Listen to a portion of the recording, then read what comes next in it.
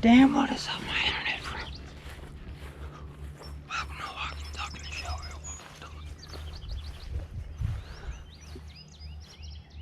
I'm scrambled.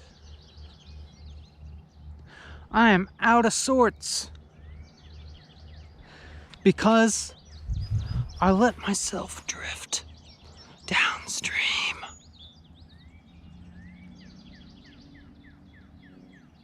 I let myself go with the current. I let gravity control me.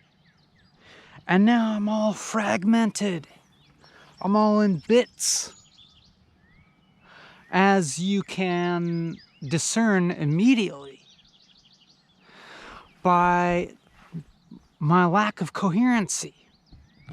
But I'm just gonna go ahead and be here in my fragmented, out of sorts frizzle and just keep talking, even though I know that I'm reaching for vocabulary and grabbing the wrong thing, and it comes back, and I'm just gonna let these wrong words be here anyways, cause that's why the hell not? You know what I'm saying? We're gonna get a better gander of that in the future. But something's happening here, you know? I haven't spiraled into a reactionary self-loathing thing yet, and quite to the contrary, even I seem to be able to find some form of acceptance of a state of mind that I in previous times would decry and reject as sub-ideal, undesirable, clouded. Peep that out. That's a whole field of sunflowers, isn't it? What is this place? What is this place that I'm in? I don't understand it, but I love it. You know, and that's analogous to this mental state as well. I don't know what's going on, but I'm having fun anyways, because look at these rows of sunflowers.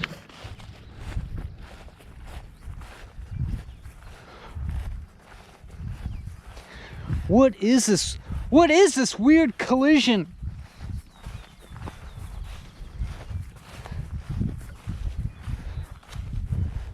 Between the human and the natural world that we're living in.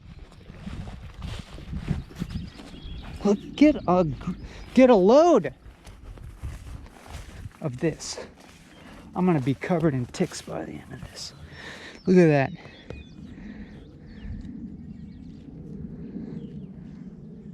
I'm tempted to like give you plant information, but I'm not gonna. Just look. We can just look at this and dig this sensorial experience here without adding any layers of knowledge for the time being, even though that potential exists, because I could tell you things about this. But I'm just resisting that for now. Maybe I will later, you know? We don't have to not. But I'm just leaving that as potential. It's sometimes even funner to talk about something in the extra level of abstract. You know what I'm saying? This is word salad, but you gotta eat your salad sometimes.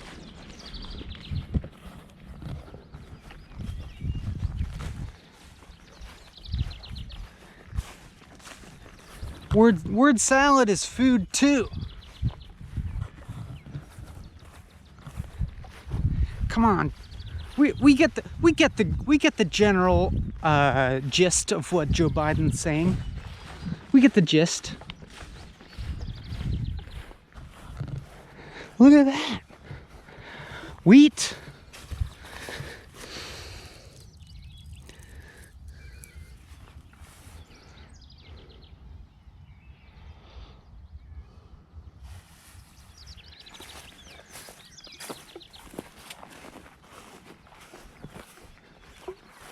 What is this place?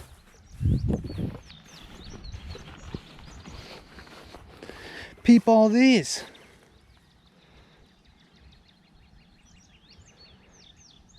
Is this Dogbane? I think it is. Is there a dead stalk around? I don't see any. It's loosey-goosey today on walking and talking, and that's how I love it at this moment. Look at these Japanese beetles.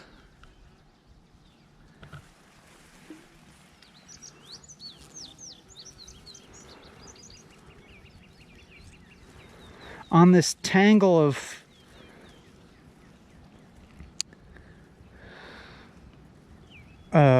what looks to be Dogbane holding everything up, all bound together. I'm guessing by like a Polygonaceae type vine, something I tend to call wild buckwheat, and when it gets seeds, it's going to be these three-sided seeds like buckwheat. And then we got pokeweed over here, another one. Poisonous at this stage, so I understand, but when it's just coming up, you know, that was a really popular food in the South.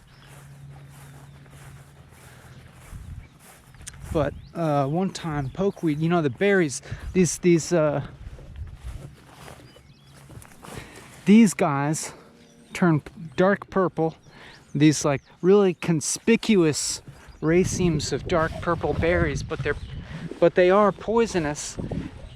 But people make a dye out of them. And one time at this kind of collective farmhouse that I lived at, I had this housemate, Emil. Love him to death.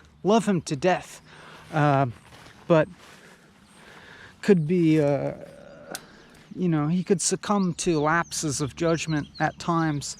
And one day I was cleaning out the deep freezer, you know, as one has to do. You just like, stuff sits down in the chest freezer, stuff sits down just in the bottom there, and you forget all about it. You forget what's in there, and it stays there for years, just taking up space. So I was cleaning out the chest freezer there, and pulled out this big bag of purple berries, and like, you know, just assuming it was some kind of edible berry, because why else would it be in the freezer? But I didn't exactly recognize the berry. It's like, you know, these are these nice purple berries, but I don't exactly recognize what these are. So I tasted a little handful. I ate a little handful, and they didn't taste good. They did not taste good. And I was still trying to place what they were, and then I was like, oh shit, these are totally pokeberries. These are poisonous. And I had already eaten, but a little handful. But I didn't feel any ill effects. I didn't feel sick or anything like that. I was fine. So maybe there's some anecdotal evidence that you can eat a little bit of pokeberries. And I vaguely remember some story my other housemate, Jason, was like, you know, recounting some kind of lore that you eat like one pokeberry a year and you'll live longer, or some kind of shit like that. But anyhow, I am assuming that Emil probably collected those pokeberries and in a bag and put them in the freezer with on some kind of whim, and with the intent to dye something purple with them later on, and forgot about it and didn't label them. But no harm done.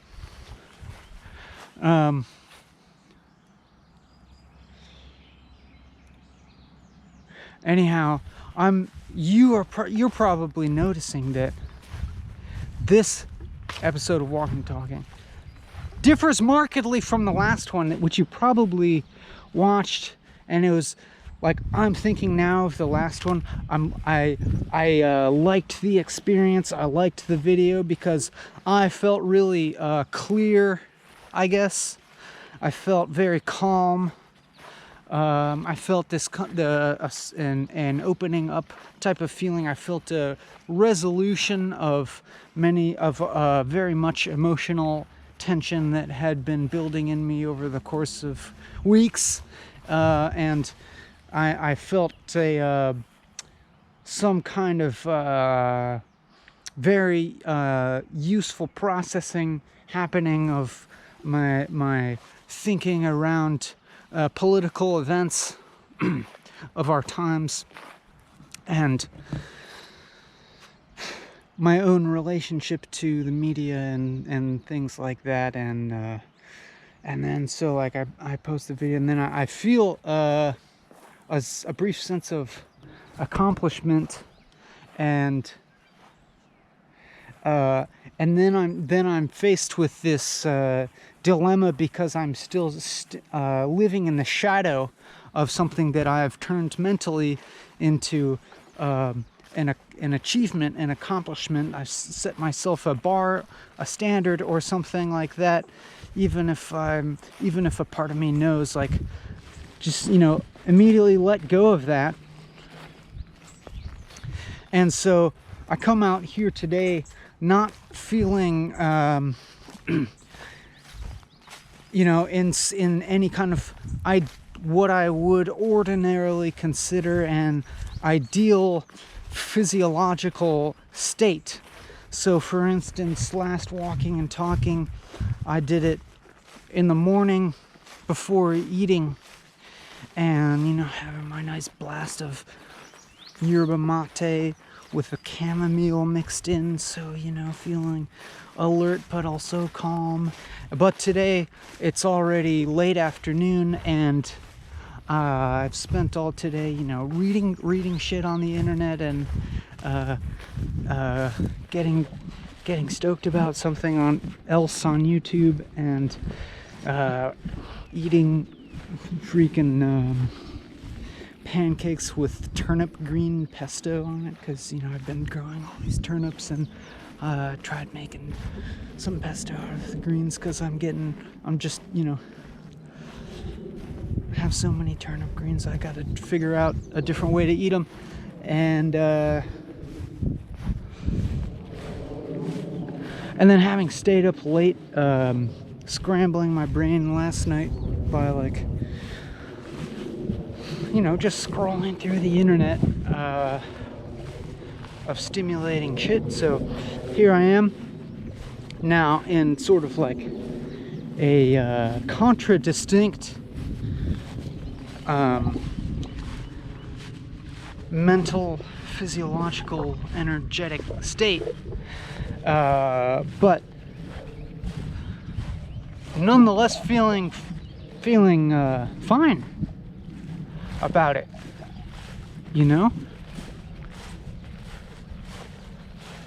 Because what ultimately is wrong with that, you know?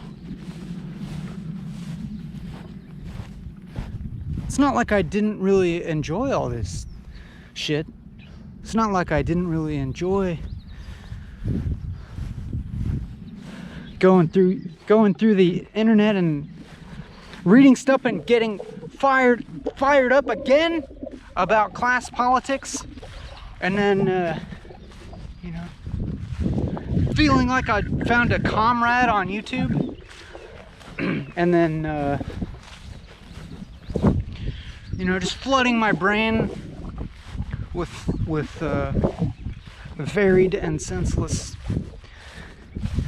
imagery and ideology and so on, and filling my body with pleasurable foods. And I'm not just talking about the turnip green pesto. That's healthy, you know. I eat healthy stuff, and then I eat some bullshit on top of that just for pleasure.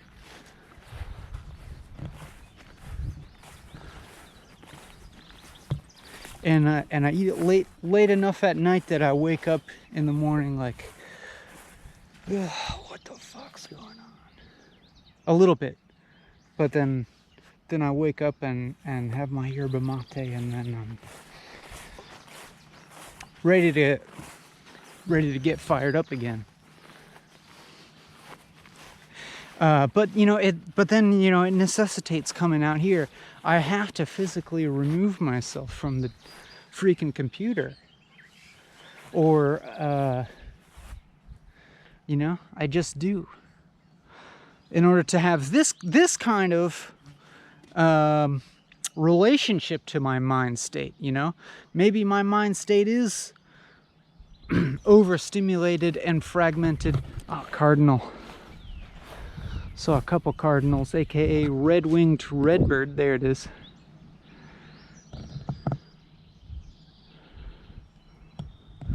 Look at that bucolic vista. I don't even care if I remember what I was just saying 2 seconds ago. I have to you know, physically remove myself from the computer in order to have this type of relationship to my mind state. One of acceptance, I guess, of you know, getting out of the rapids, the turmoil. I'm just gonna go ahead and speak fast and let myself err ERR with vocabulary, and let it come out a little jumbled, because that it can produce some interesting results sometimes when you just are reaching really quickly for words and you get the wrong one, but you get the gist, you know? You get the gist of all of this. Like Joe Biden.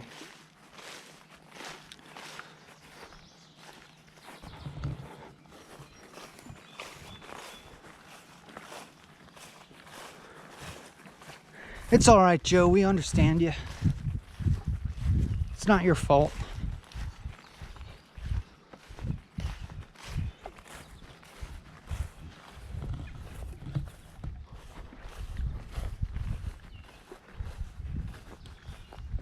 Oh, but I feel like there were a bunch of things that I was saying. I don't know, but right now I'm just going to tell you, keep an eye out for this if you're in the eastern half of the United States. Autumn olive, because these make these deliciously sour berries in late fall. The Sour Patch Kids of the woods.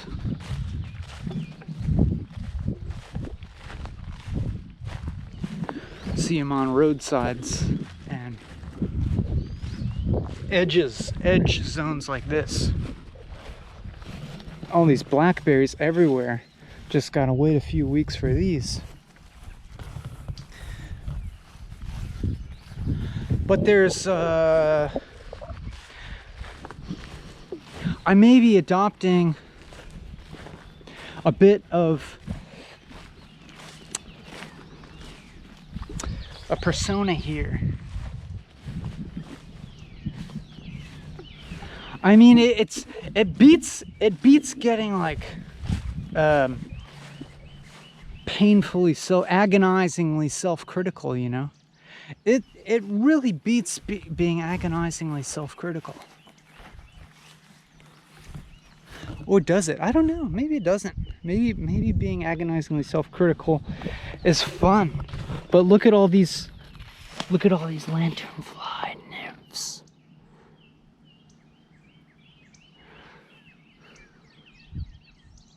See how many of these we can kill. But as is my policy, I keep all violence off screen. Die, die. See, they just jump really fast.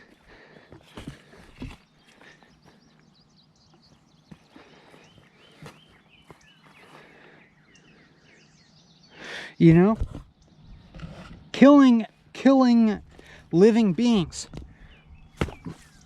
for the good of living beings.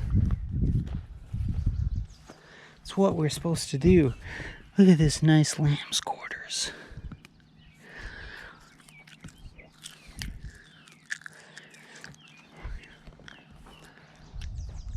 It's a wild superfood, as if you want to, give it a brand name that fits cozily into our performance-centered culture today. A superfood. Which it'll enable you top performance. Because it's nutrient packed. Superfood. Don't settle for any regular food. Only eat superfoods. You want to be among today's elite? You want to compete with the best? Then you better get on some superfood shit.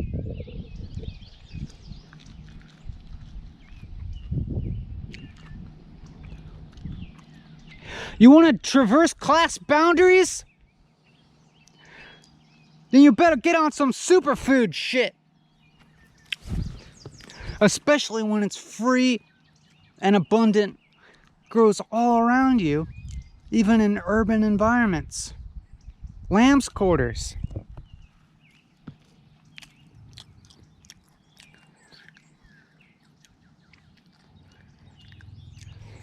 It's closely related to quinoa.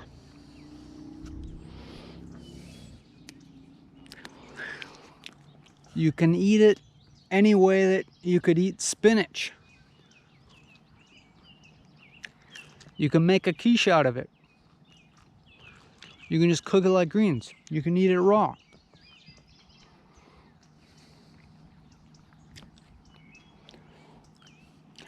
Look how much of it is here free for the taking. It's a weed. It's a weed in this field. You could go to an organic farm and they might even pay you to pull it out. Look at that. Look at this. Look at that. Look at the size of this one. Look how big that leaf is. Goosefoot. Goosefoot. It was an important food for native peoples. Look at all these sunflowers.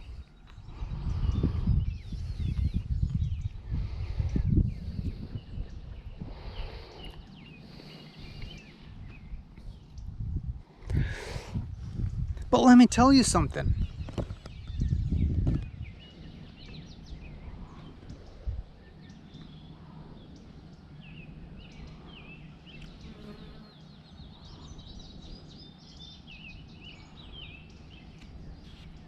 A lot of the barriers, a lot of class-based barriers in our society,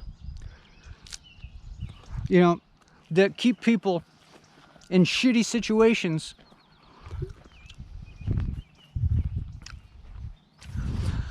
are not necessarily explicitly economical. I mean, they run on economic lines pretty consistently, but you can get around them without having to be rich. I think if you're willing to be a freak, you know, and I realize that being a freak is something that's more readily afforded to people in privileged situations than others, and that being a freak is riskier for some people than it is for others, and certain people have more at stake. You know, in terms of like being willing to go against the social norms around you.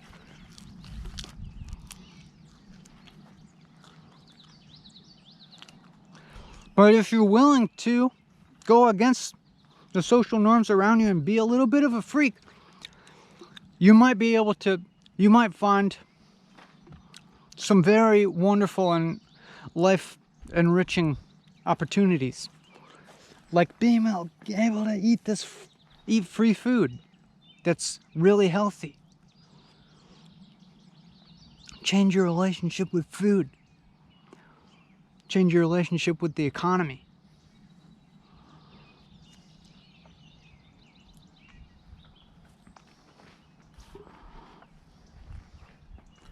With the health system, you know?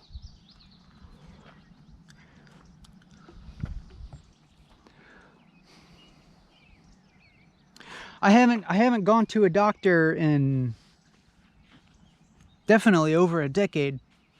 Maybe like 15 years or something. And I know that that's like due a lot to luck. Well, I mean, it has to do with everything. Whether you want to call it luck or destiny, whether you want to attribute it to my socioeconomic status. But I am saying that certain cultural factors and certain habits and behaviors can have a huge benefit in that realm. Like, you don't have to necessarily be of a certain socioeconomic status to eat this stuff if you know what to eat. And you don't have to have a college degree to know to learn what kind of wild foods you can eat. You can learn. Go check out my new favorite YouTube channel. It's called Crime Pays But Botany Doesn't. You'll love it. You'll love it.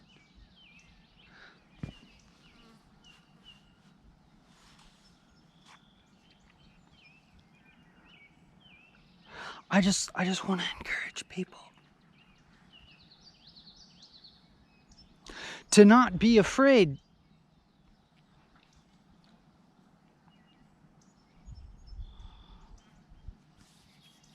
Because you can learn things that while maybe not completely and immediately, completely liberate you from economic necessity,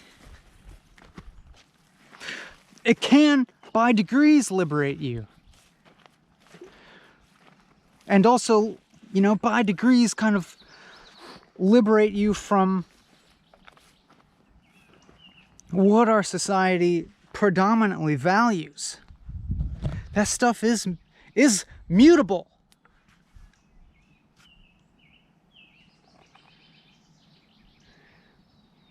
You don't have to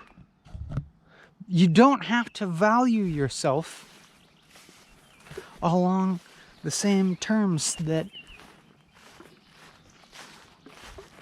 the dominant society values things.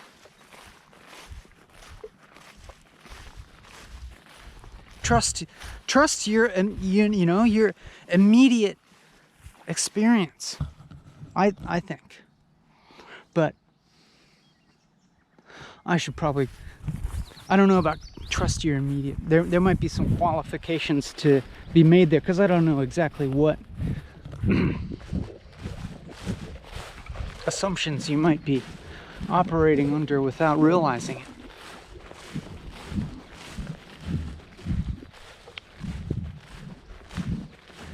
Now my mouth's kind of dry.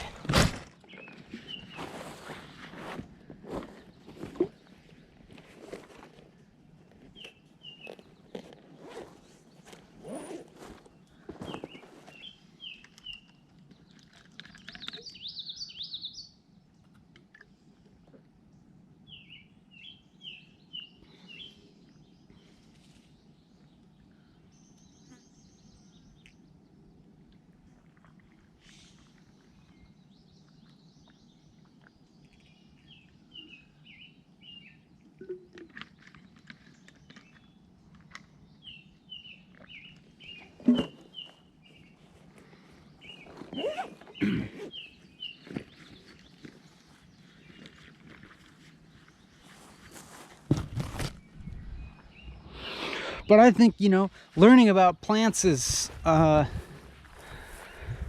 really powerful,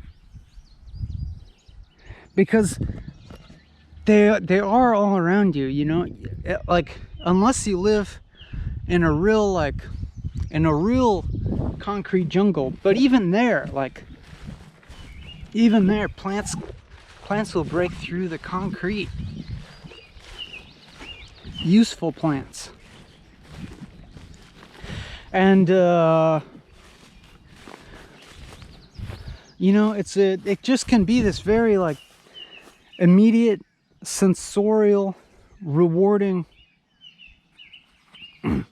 way of learning things, and that changes your relationship with the world around you, so that you don't only see like your only route towards your only connection with the world is not only mediated through the man-made world, through the commodified world, which is always trying to extract some value out of you. But you can sidestep that and interact with a world that is at very least barely mediated. I mean, like, look, I mean, somebody like mowed this, and this corn is planted, so it's not like this world is, this landscape is untouched by human culture or anything like that. But my relationship with it is totally uncommodified. I mean, I may be in a way commodifying it by describing plants' use value to you, by like, you can eat this and stuff. But that's like, for me, that's like just one little avenue of advertising something to you, trying to make something appealing to you that can ultimately be a bridge into a much less mediated, much less commodified, much less bleak relationship with the world. It just opens up a whole other dimension. And for me, it's not like the ultimate end. Like, I'm not the type who thinks that we all need to return to nature. I don't think that is society's proper telos, a total return to nature. But I do think that we are, that aspect of our being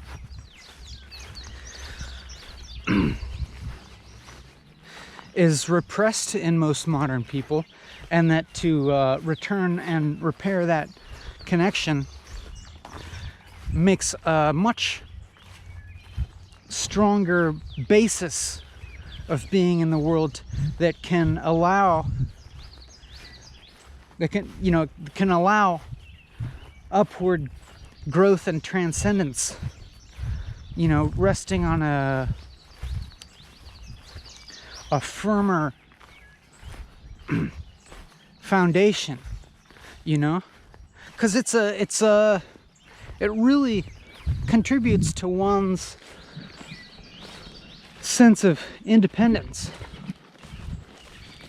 I mean, even if I'm not necessarily like out in the woods surviving 100% on wild foods like some of these survivalist entertainment figures, I at least have a strong sense that that remains an option that I could pursue and go towards if I wanted or needed to.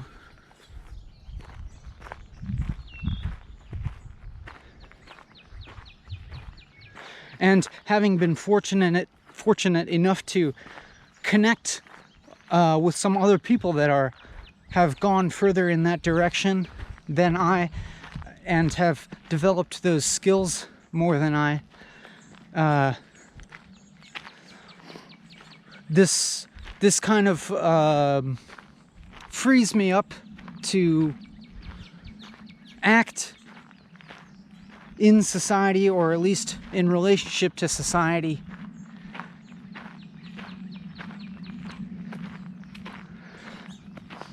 in a non like need-based way. You know, I'm not like, I don't feel beholden to, what the fuck? Asparagus? Is this asparagus? I didn't know about these little guys.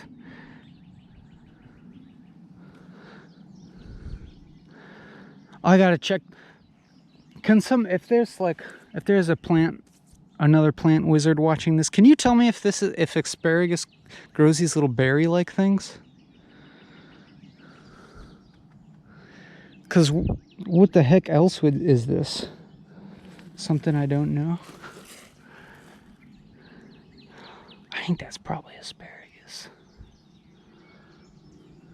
Stalking the wild asparagus, man. We found it, I think.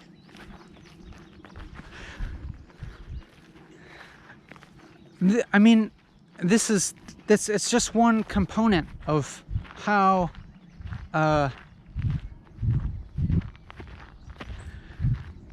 it frees me up to interact with society in a way where I don't feel like I have to compromise in order to meet my own needs.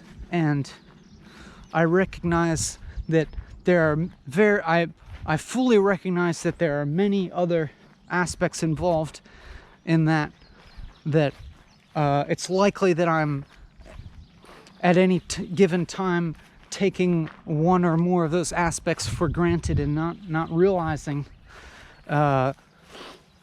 some of the contextual conditions that allow for me to do what I'm doing. I mean, it may be possible to, maybe it might be impossible to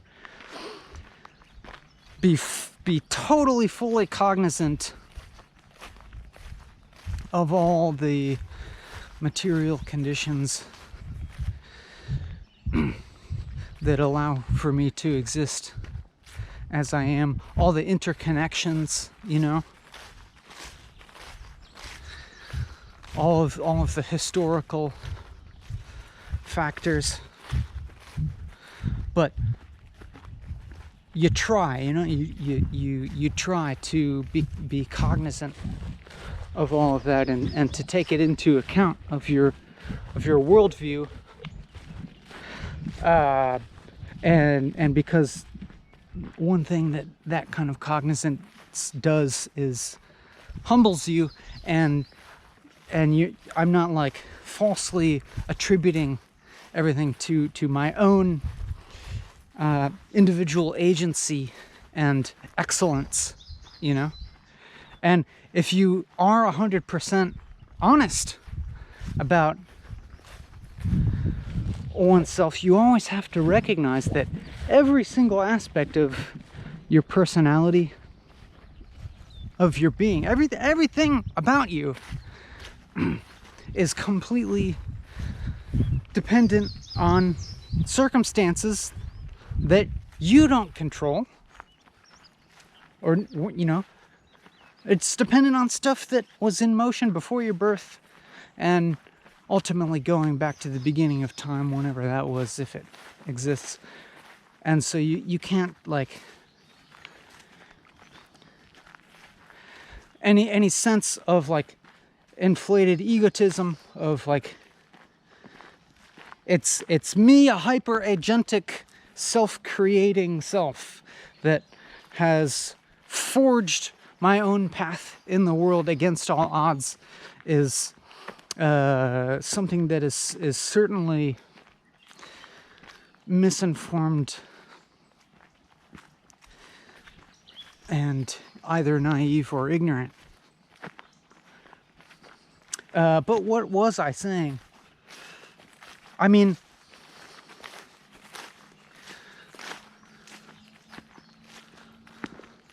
so that in some way feels like some kind of big disclaimer or something, or just some kind of, like, some kind of asterisk looming over what I'm saying. But nonetheless, if I may proceed under the illusion of the possibility of free will and agency, then I'll say that I desire to impart to you the inspiration and encouragement to be a freak to some extent, by which I mean to follow to orient yourself towards the most true and the most good and the most beautiful possible expressions of your life, even if they seem opposed to the cultural currents around you.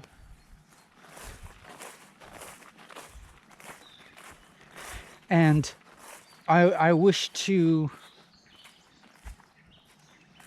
assure you that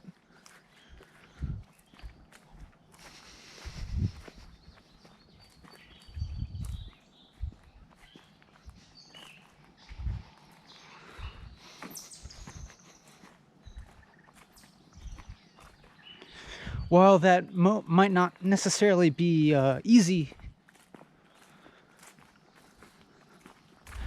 and that you may face, every single person is going to face different obstacles, whether they be material or social.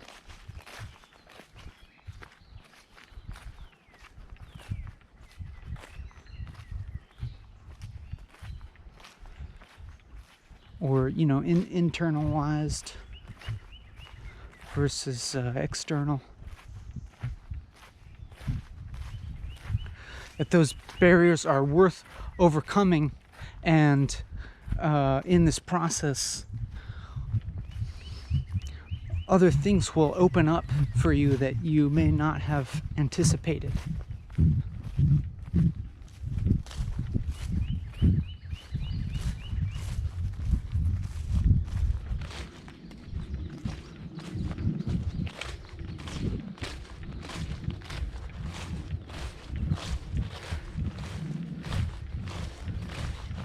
Like things will work out in one way or another if you're willing to. If you're willing to work and to kind of jump into the unknown.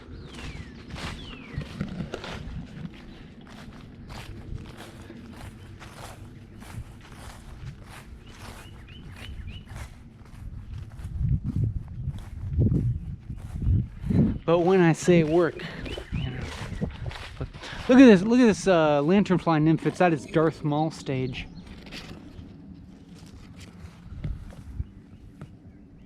You know, they don't make it hard to kill because they look so creepy. They look so creepy.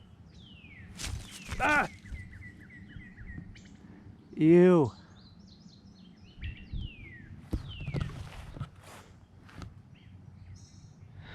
Just to provide you some context as to why I'm killing these insects, it's because they are this highly invasive pest that is killing trees around us. Oh shit! Like, look at that. If I don't know if you can see it well, but this branch up there is just swarmed with spotted lanternfly nymphs all over it. And I mean, fortunately, I think this is just a tree of heaven, which is itself an invasive kind of weed tree that runs amok through the United States. It grows super fast, breaks really easily so that it, you know, falls down on people's houses and cars and bodies.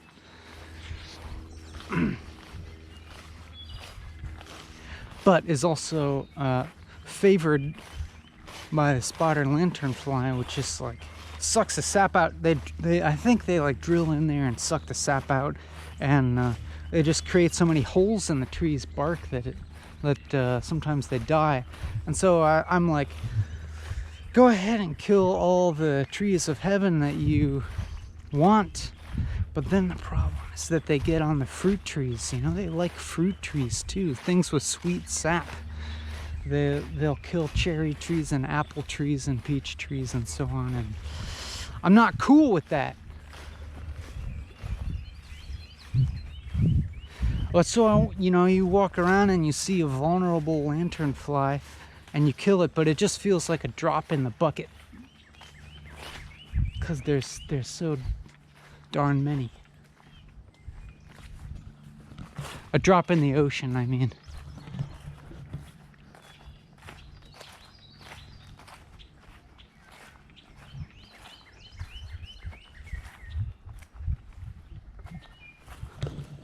But so I'm like, I'm at this place, and I've been here once before, and I'll show you some other segments of it that are really quite amazing. But I think that this place just kind of happens to mirror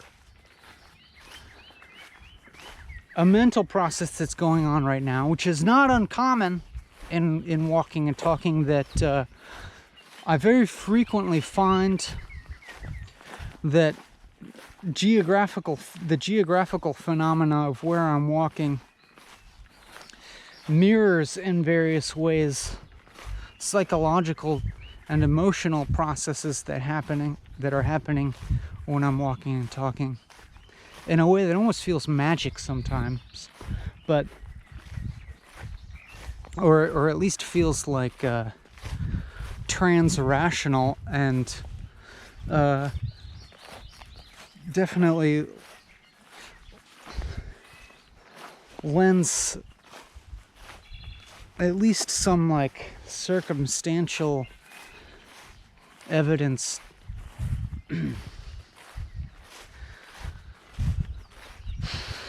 towards aspects of mysticism that I don't fully understand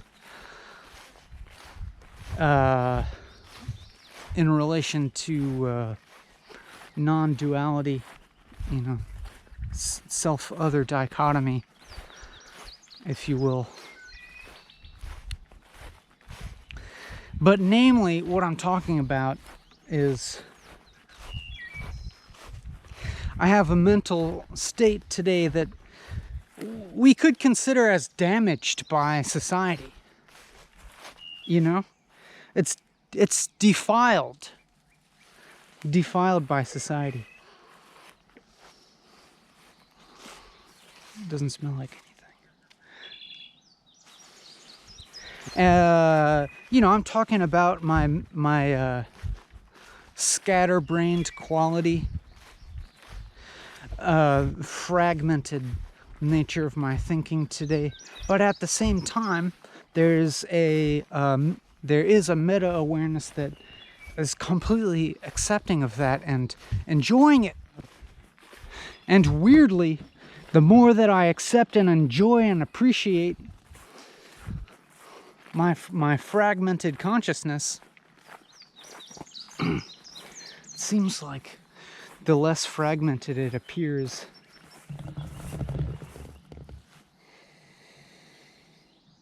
And so I'm saying that there's a corollary in this geographical location, and that this is like this is a state game lands, and as you will see later, this is a piece of land that is highly fucked up and scarred by human society, and yet at the same time it's pretty damn beautiful and unique. And if we are able to conceptually and emotionally transcend this dichotomy between culture and nature, and not completely vilify the human-built world,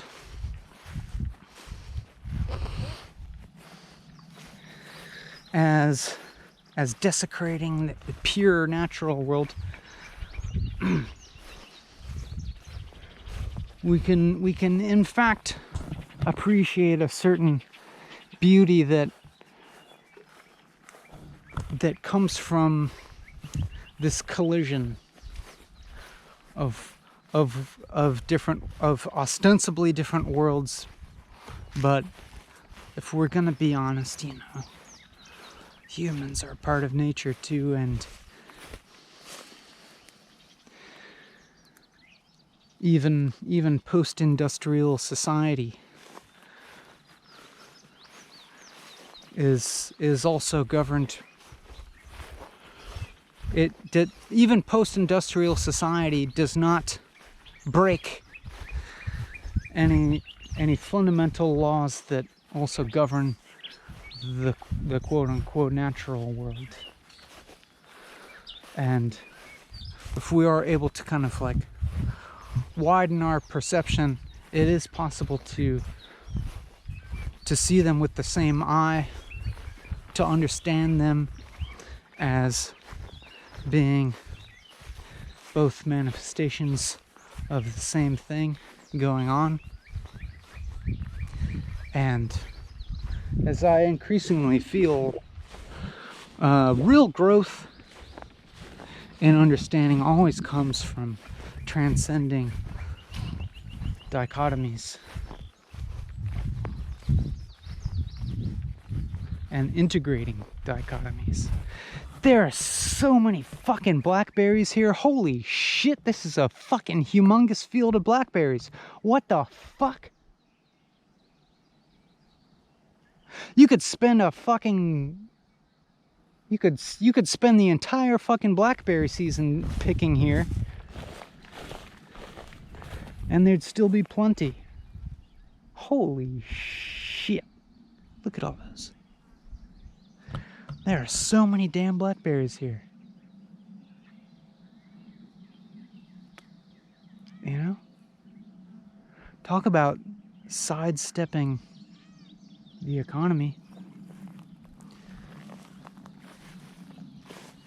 You know? Step out. Step out.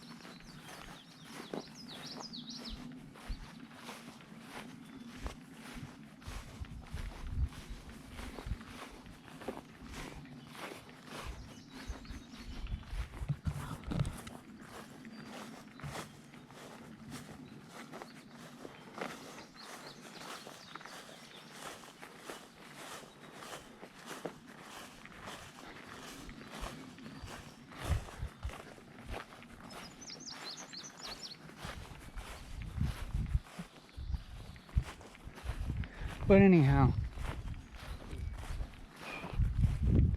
let's go ahead and walk out of this more plant-based zone and get into this collision that I'm talking about.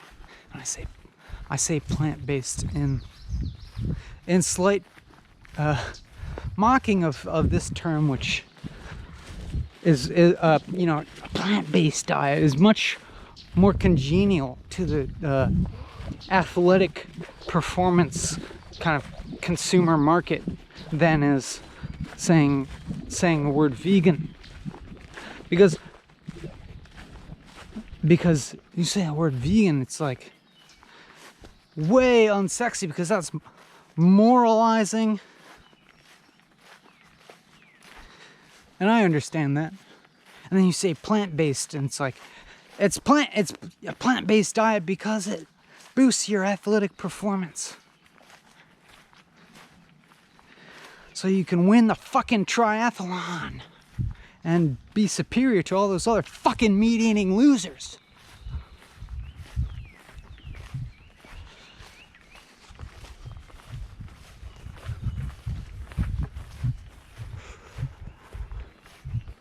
So anyways, let's get out of this plant-based zone and get towards the post-industrial ruins.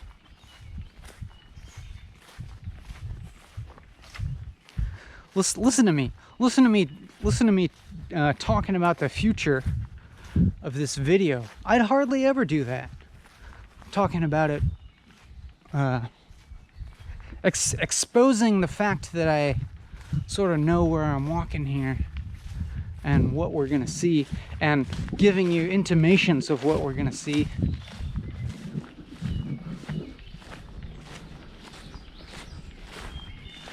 Not giving a shit about being present.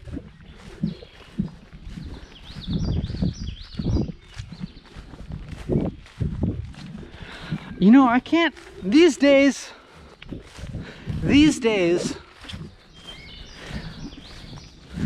I'm finding it harder and harder to do things that aren't fun.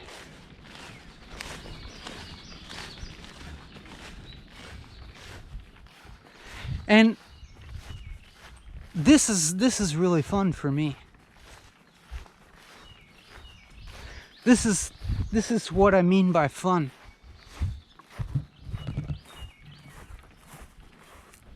I just have a hard time like having a desire to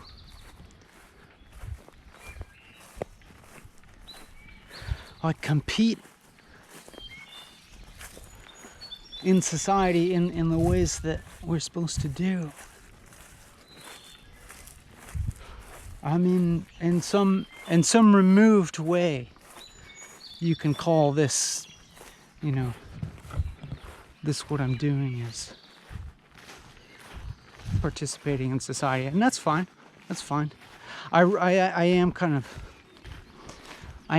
of like playing up another dichotomy here by kind of like styling myself as you know, outside of society. It's not really true.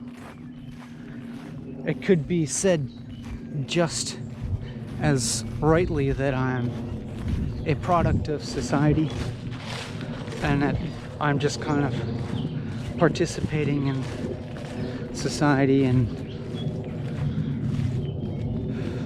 a contemporary way.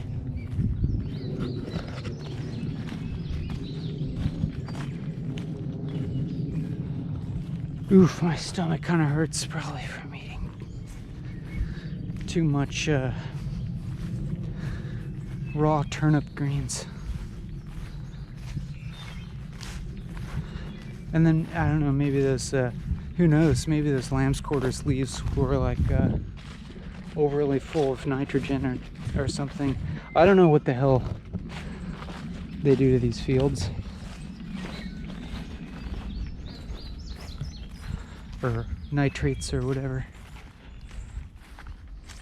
I don't know what's going on. It's hot though.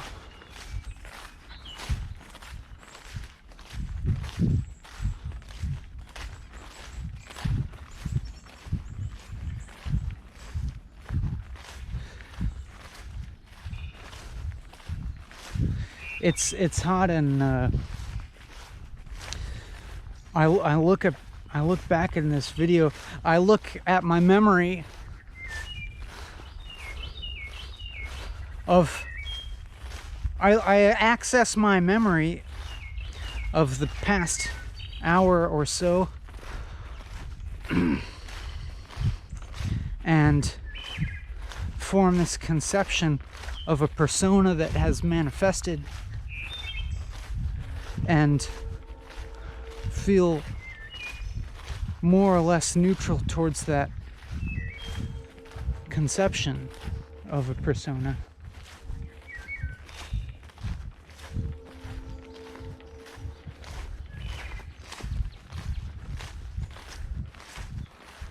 But at a moment again where it feels a little bit similar to like the beginning of the video, and that like I still feel like it's a blank page in front of me.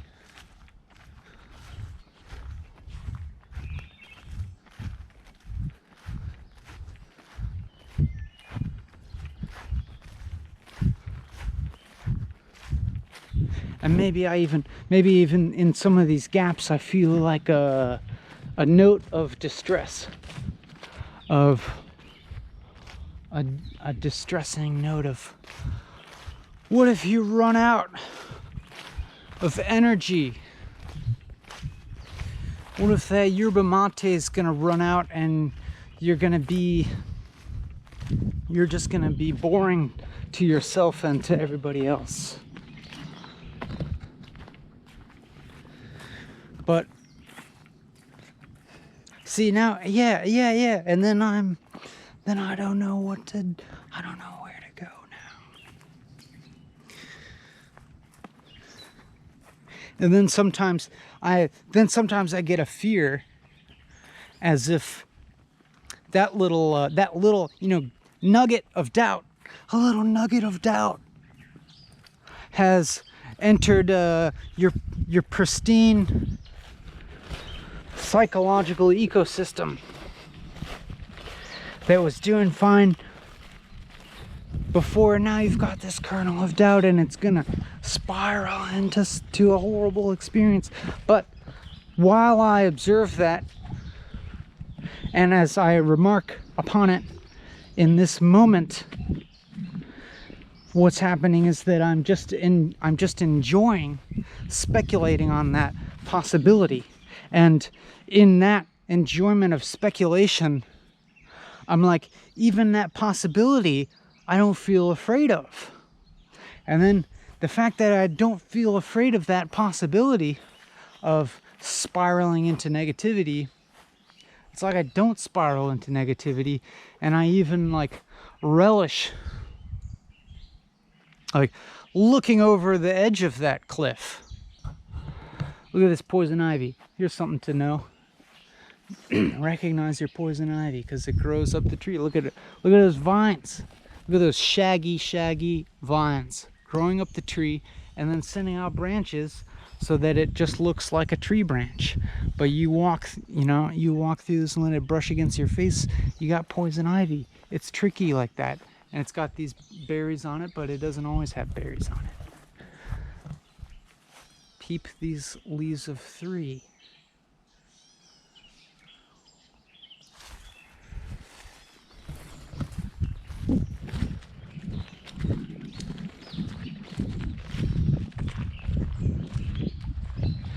And then,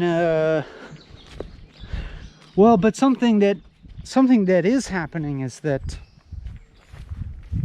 I do sense that I'm emerging somewhat from this sort of like fragmented and overstimulated persona that has been kind of devil may care.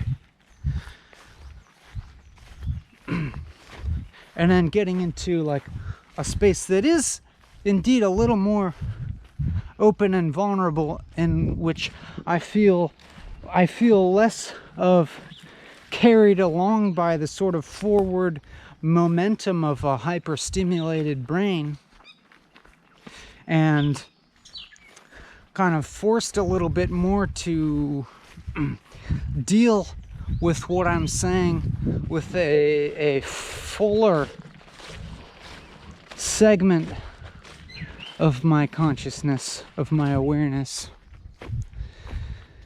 And I feel I seem to be sensing a little more acutely now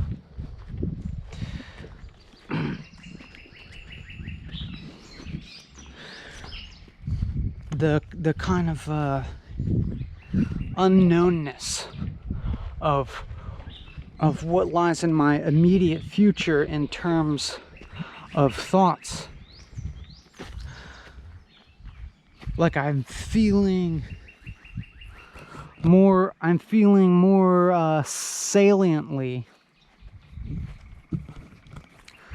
the fact that I don't know what I'm going to be saying just a few seconds from now.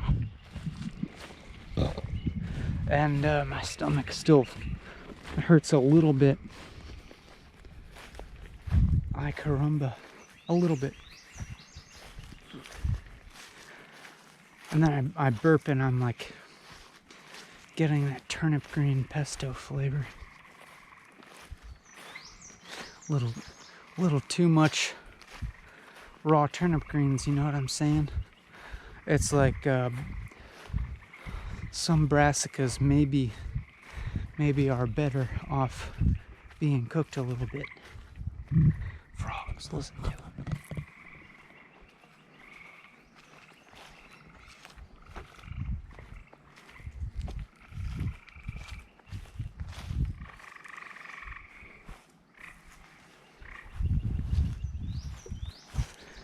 And I think to myself, this is one of these times when I feel more resolutely sure that if I ever watched back this part of a video, I would cringe with disgust, and so I'm just like, that's fine, I just won't watch this. It's not really ever a good idea for me to watch these videos back unless I need to like check something technical.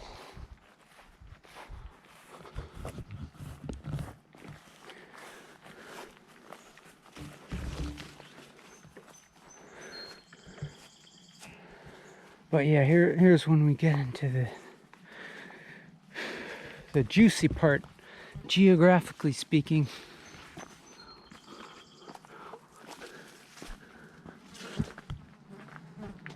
We go through this little enchanted corridor. Oh, we can stop and check this zone out.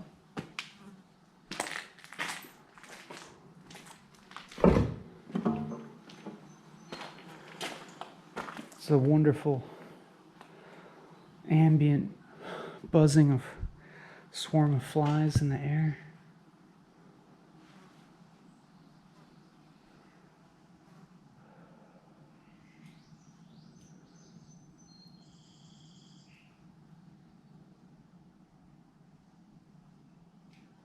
There's some creepy looking things dangling from the ceiling.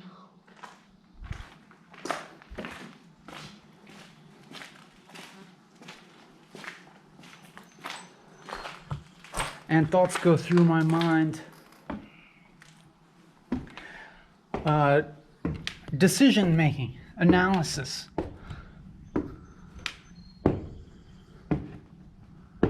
Of what I'm saying and whether it should or shouldn't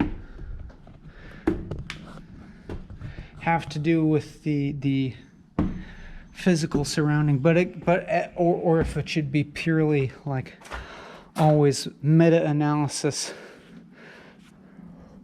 of my experience. But it doesn't matter. It's all that type of thinking is also a type of dichotomy that is beginning to feel like it's second nature to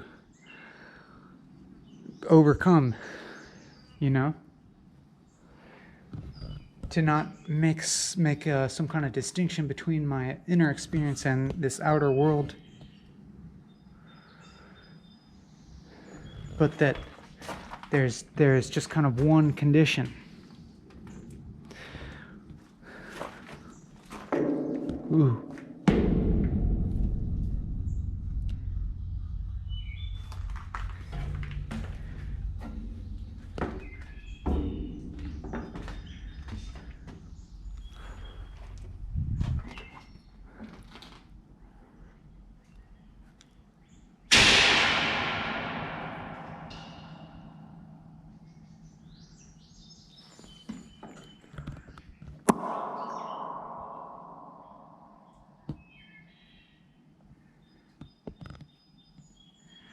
Damn.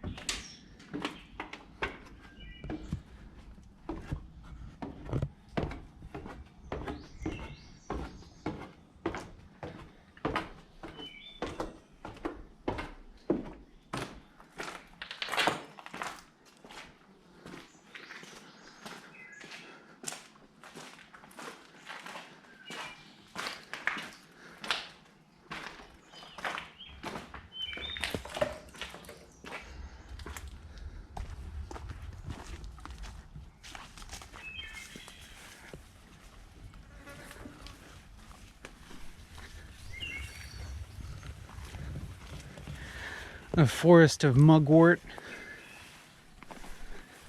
dream-inducing herb.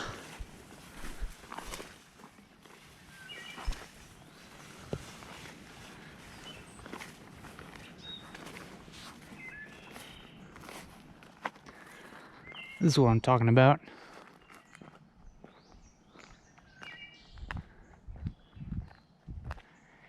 Hell yeah.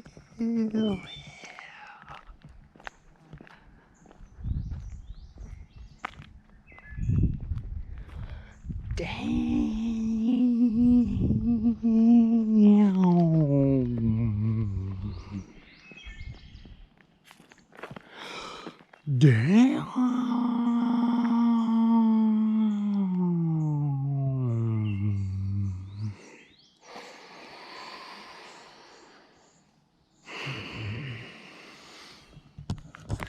This is like a new kind of like yogic practice where you say damn really long. So just take a big deep breath, inhale, and then say damn.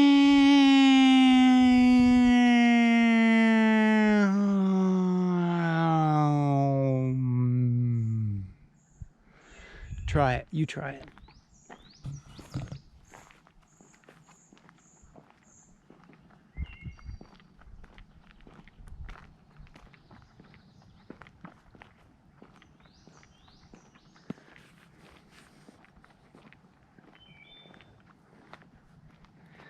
Look at this critter. Look at those horns. Look at the horns on that baby. Hanging out on some milkweed.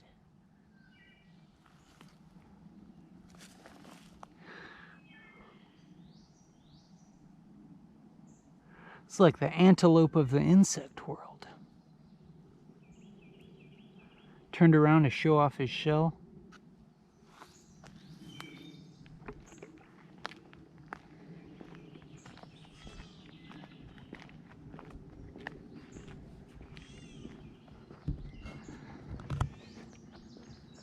Wouldn't you love to live here?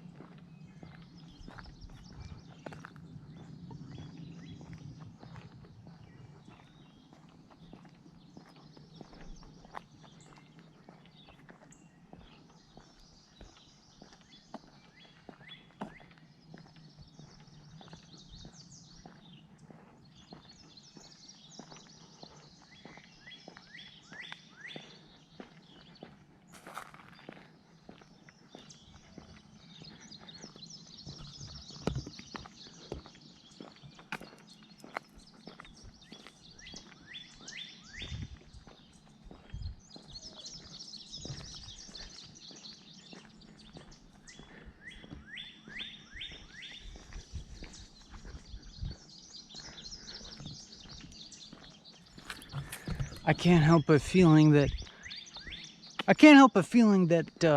watching this video is like an inferior version of being here. And so I need to keep talking so that this doesn't just devolve into a sort of like, representational type of video where you're like, that place is cool, I wish I was there, instead of just here watching the video of that place. And so I have to keep talking in order for this to be something generative and about itself, and to beckon your attention to your immediate situation in a more congenial way. You know what I'm saying? You know what I'm saying?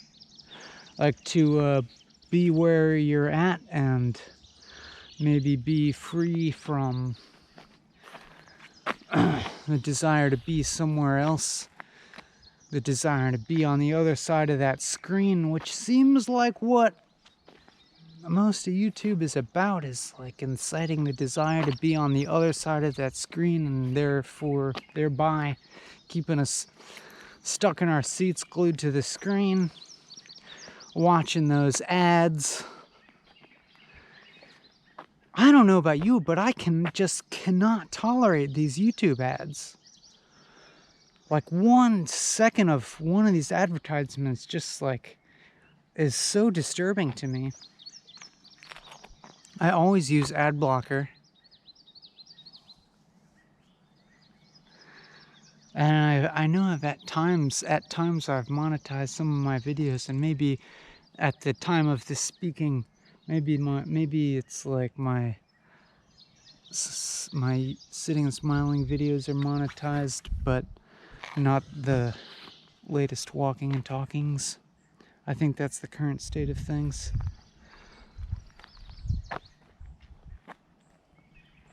But the perfect opportunity to mention that if you want to help me absolve myself of sin, help me stay on the good path, it's enormously helpful if you sign up for my Patreon thing, and even if you donate a small amount, like even $2 a month, because these ads are so undervalued. Sorry, I just gotta like lie down a second, my stomach hurts. These ads are so undervalued. I mean, it's like the amount of money that I get per ad view is like such the tiniest, like 1,000th of a cent or something like that. That for me to get $2 from ad revenue requires just like probably like tens of thousands of ad exposures, which is just horrible. It's horrible. What a horrible effect to have on the world, on people's psyches, to have that many psyches exposed to ads for such an inconsequential amount of money. Makes me feel terrible about having any of these videos monetized. But then in some of these moments that I have where I'm like, I'm in my daily life and I like have an internet bill to pay and stuff like that, I'm like, look at all these other YouTubers, all the other YouTubers are monetizing and making money. Why the hell should I just give everything away for free? Like, in some of those moments, I'm kind of like acting a little bit more rapaciously and more in line with society's predominant value system. But you can help me a great deal by signing up on Patreon, even for the small amount, because if you think about it, $2 replaces like thousands of ad. $2 a month, that's like the baseline. I'm gonna kill a bug.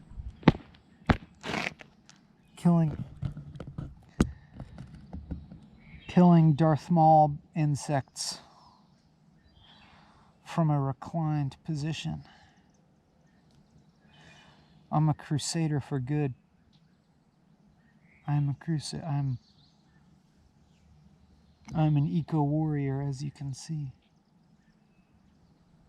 But like, you know, if you sign up at the lowest amount, $2 a month, you can replace like thousands of ad exposures and just and it you know, it honestly, there's no excuse for me to monetize any of these videos, but I'm just saying, in my weaker moments, which I have, or like my moments of like confronting more immediately my material conditions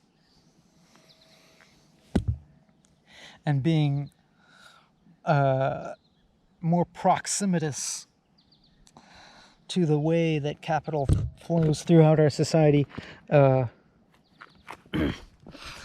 times I'm inclined to monetize some videos, but the more support I have on Patreon, honestly, the less inclined I am to do that, and it makes me feel great. And I also think about the volition involved, the difference between somebody like having a super annoying fucking ad thrust upon them that's designed to brainwash them into thinking they need something that they don't. That's and the fact that advertisements use the most like emotionally manipulative tactics, you know, this is like people from get advanced psychology degrees and then are like drawn into advertising to fucking like learn how to psychologically manipulate people in order to extract their money. It does not make the world a better place. But then that compared to the volition when somebody like feels like, all right, I have enough money that like I can donate like $2 a month, $5 a month, $20 a month, whatever, and I'll still be fine. That's a big difference.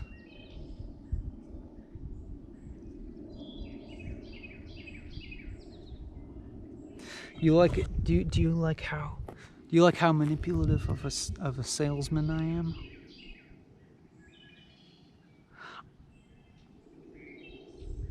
You know, my sales pitch is the most effective the more I believe it, the more that I believe it's true.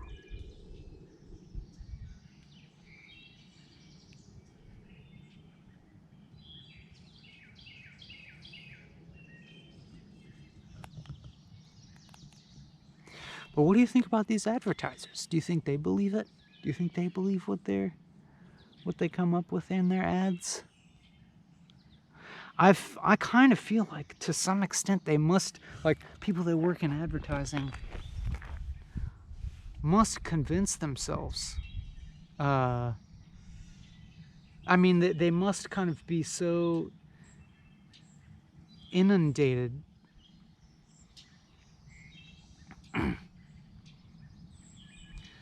with the dominant value system of the society, materialist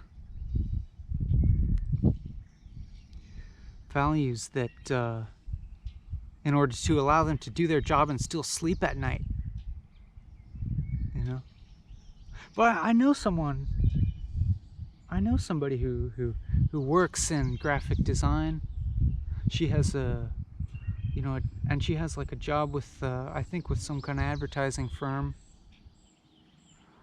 and it eats her up, you know. It devours her soul. But she's got a mortgage to pay.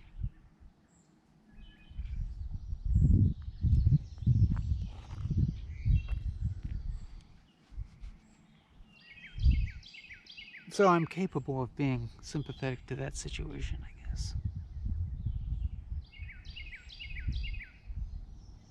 But, you know, the more people that kind of like drop out of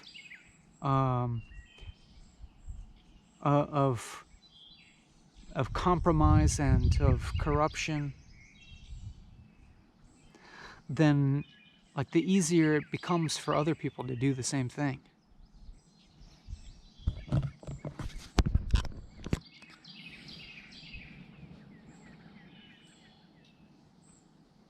Just imagine a world that is like where people are,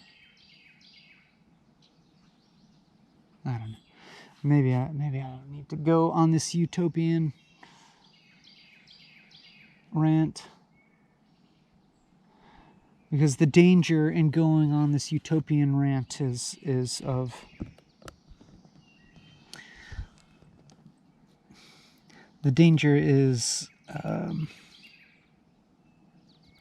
falling for a certain kind of trap of dualism, you know, of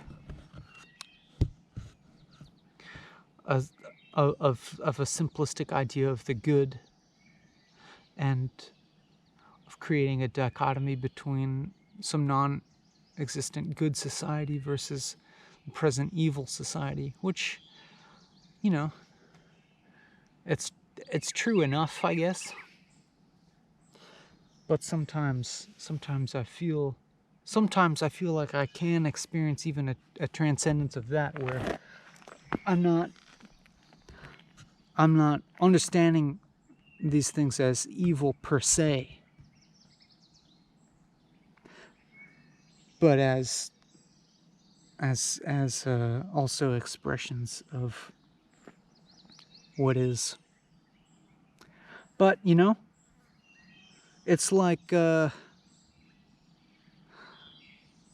don't want to be too adherent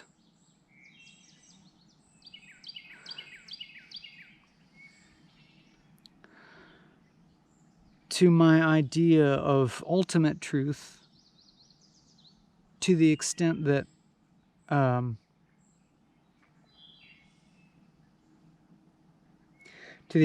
not dealing with relative truth when it needs to be dealt with.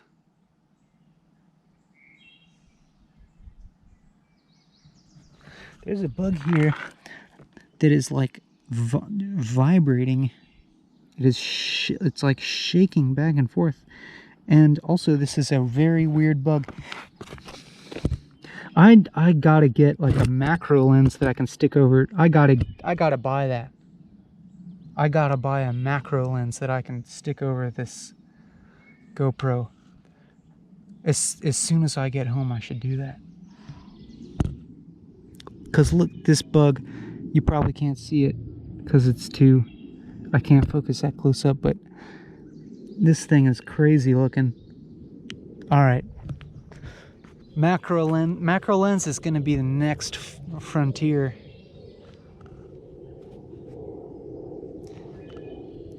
Of walking and talking. I'm envisioning it now. And we also got to get a telescopic lens so that we can zoom in on this airplane, you know? I mean, I'm always talking about shifts in the scale of our perception. Why not embody that in the videography as well?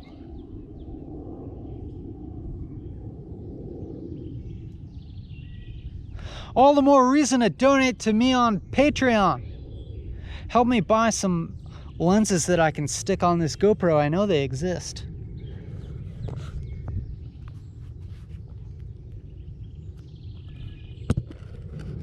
And we'll extend the capabilities of our visual perception to correlate with the expanding scope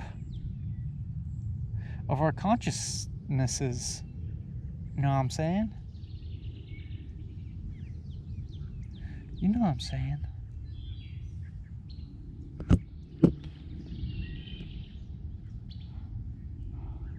Even though it's hot, like, this kind of feels the kind of warmth radiating off of this concrete. It's kind of nice. It would feel really nice at night, I think. to just like lay on this warm slab when it cools off in the air.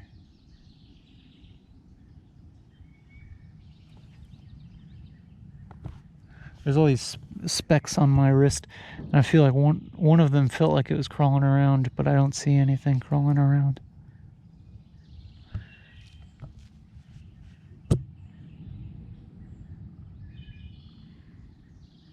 Frogs.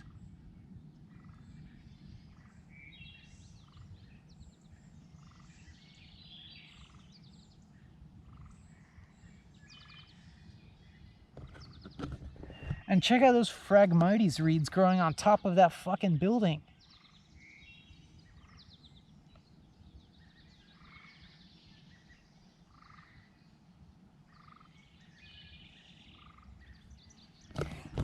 Is this a fucking post-apocalyptic dreamscape or what? If it ain't, I don't know what is.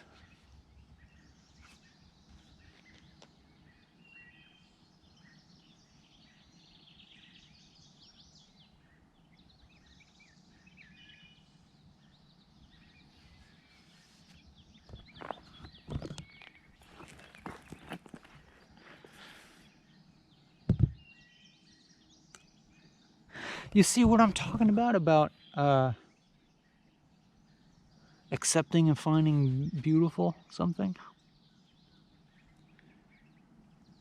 that might conventionally be thought of as ugly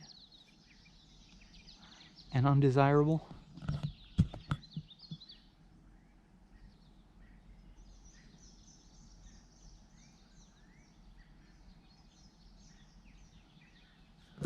You know, I'm stoked to be here.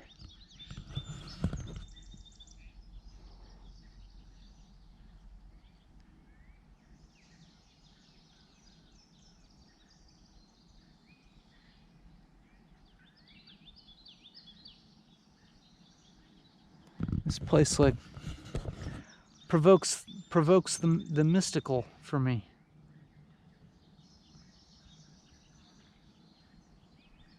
I mean, just like here's where we really need the telescopic lens again, but like just watching that steam rising out of those cooling towers, I could just watch that all day.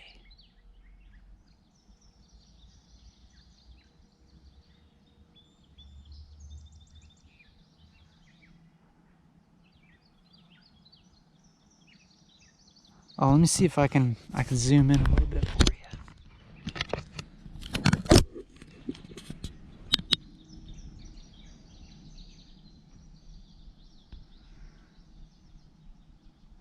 Are we still going?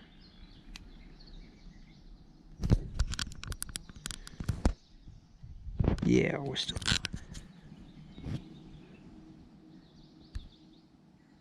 I'm trying to figure out how to zoom. Come on.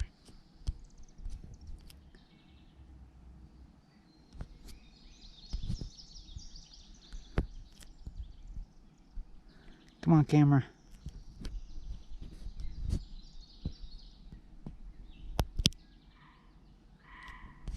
Woo.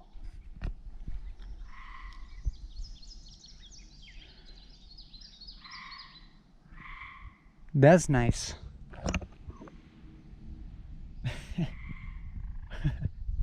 Screaming. A frog's in there screaming.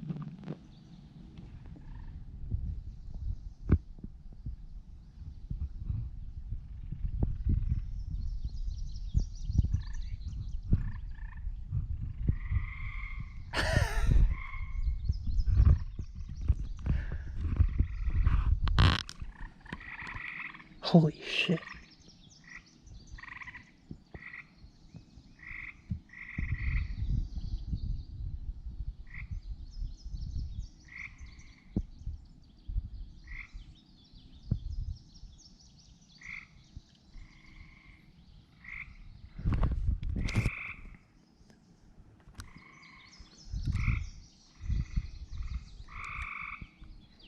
You just like sit somewhere long enough.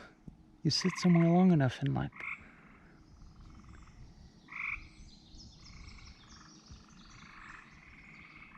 holy shit.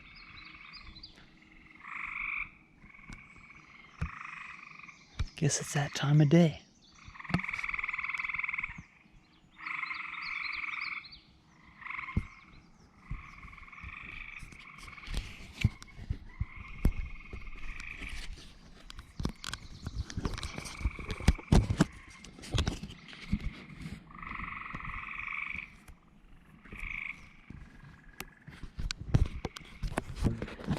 Hold on, I apologize for the handling noise here.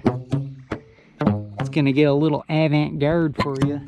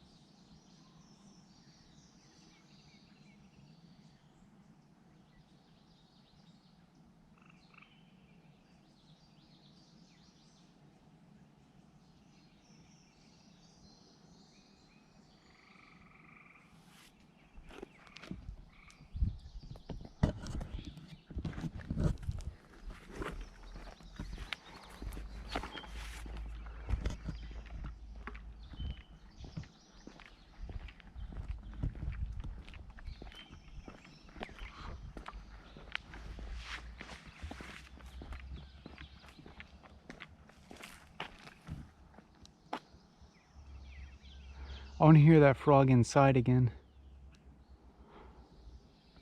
Inside that stairwell.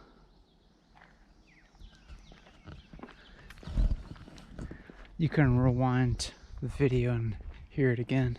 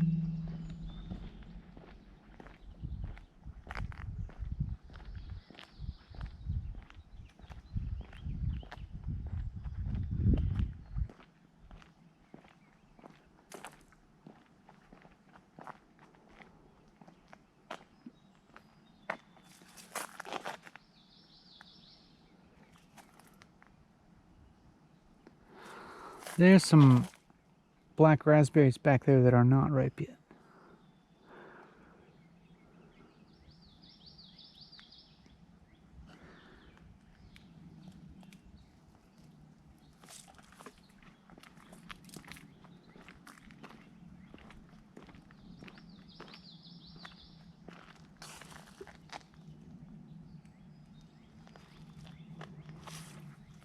There's a lot.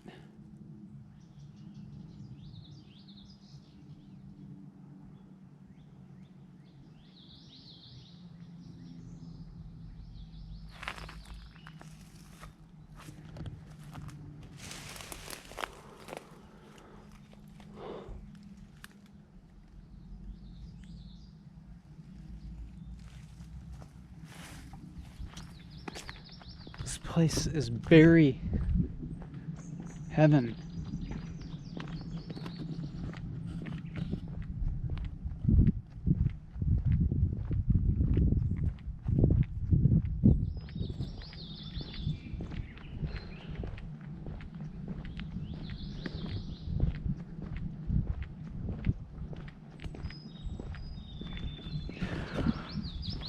Should I keep talking? I guess I should.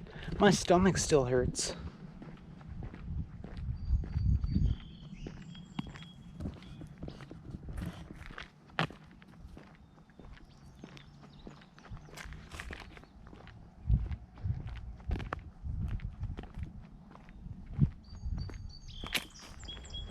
I'll try to keep this video as being generative and relative to you and your position rather than merely representing my position.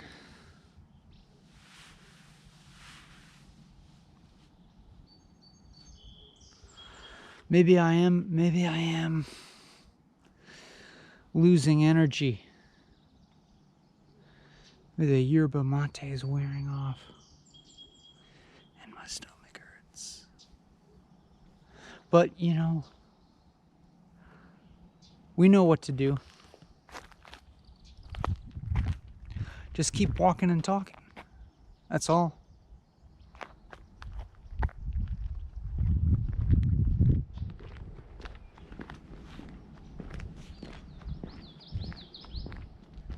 I'm just thinking about, you know, what I was talking about earlier about accepting a state that one might otherwise reject. So I'm like, and then conceptually I could think there's limits to that, where like one's physical well-being like becomes a limit.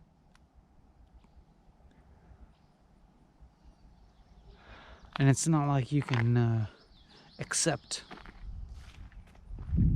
something that's threatening your physical well-being. But here, just having a minor stomach ache and a little bit less energy, maybe there's less energy. Maybe I can summon it by... Okay. I'm gonna lay down again for a moment. Look at that. Look at what the fuck? I can't believe that that's an architectural feature. Like, to get to that stairwell, you gotta go outside the building and around that little ledge. What was this architect smoking? I love it. I want to go in there. I want to live here. Ow.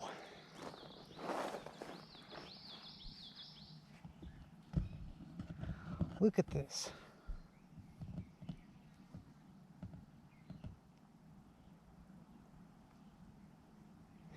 I have a stomach ache, so I have an excuse to just lie here and admire this beautiful building.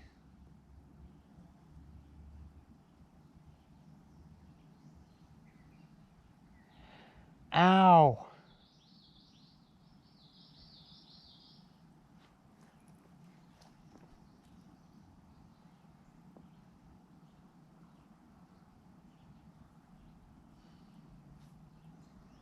That's the greenhouse up there.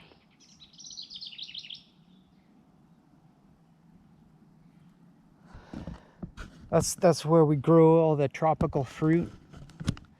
You grow all the tropical fruit up there, like bananas,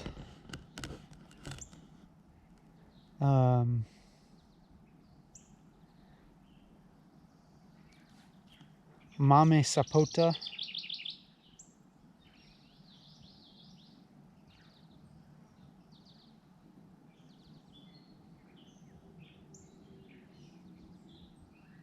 lychee or lychee.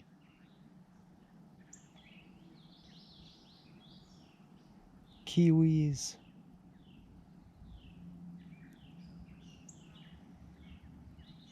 And papaya. And a mango. And some limes and kumquats. And all those like kumquat hybrid things like lime quats that you can eat where you can eat the whole fruit. We'll grow all that up there.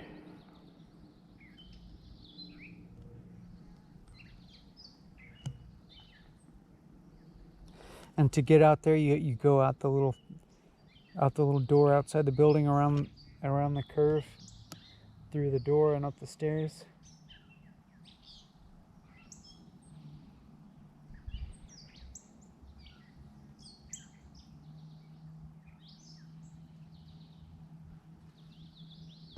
And then there's like another orchard on top of the roof.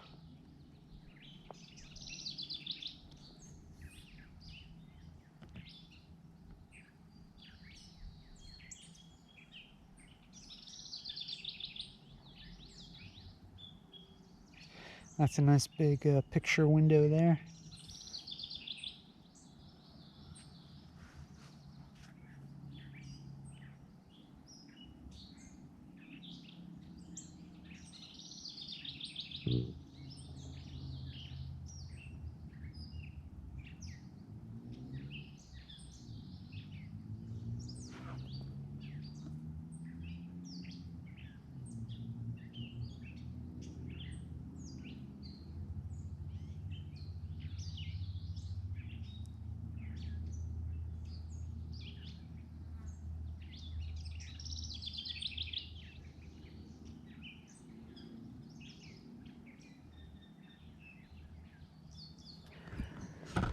I know it's hard. I know this is hard to watch.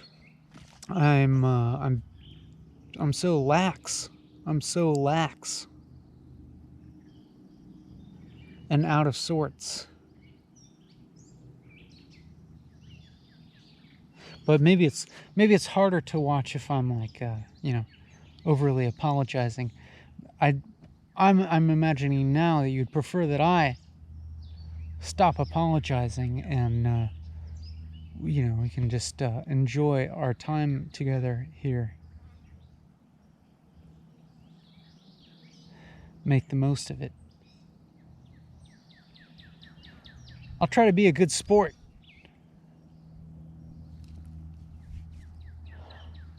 We are in paradise after all.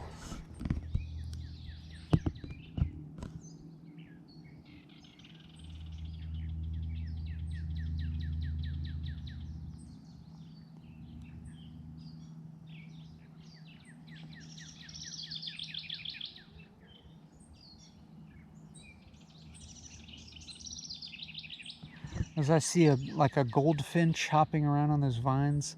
You probably don't see that, but yeah, we gotta up our videography game here with some attachable lenses. This is top-notch content. All right, I'll get another wind. I'll call forth a second wind.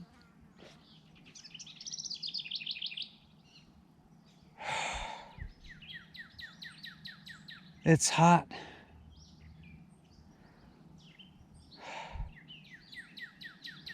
I shouldn't lay here too long or I'm gonna want to fall asleep. Let's call forth a second wind of energy.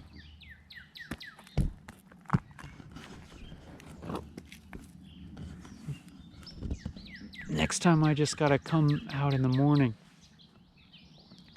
before eating anything.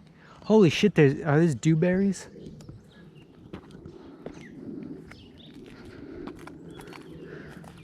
Look at these.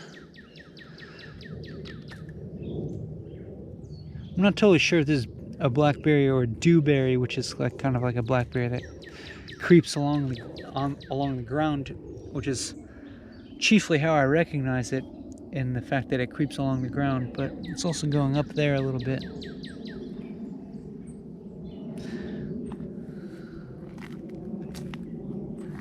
Maybe it is a dewberry. Look at here. Look, they all have that outside little ledge.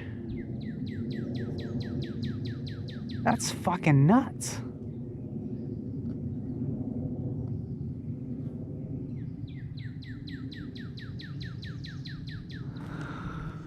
What a magical wonderland.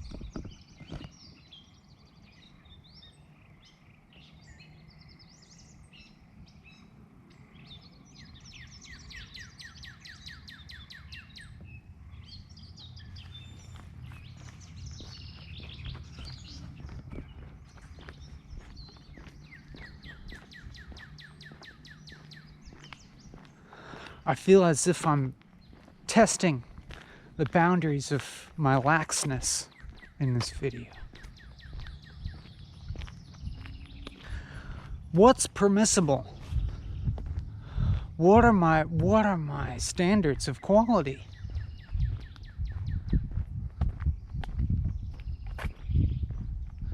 What range of physiological states may I be accepting of, and which ones are to be resisted?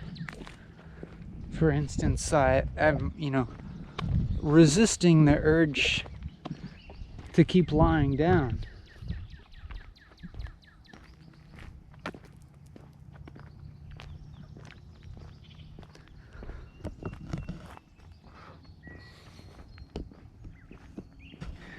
But I can't really do anything about this little stomach ache that continues, so I have to accept that. There's been many gaps in talking, but it's also, that's also tangled up with the enchantment of this place. And also another wonderful feature of this place is all the penises on the ground.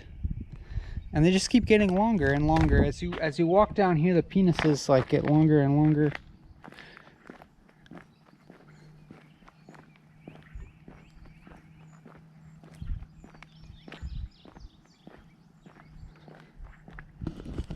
So we're going in the right direction.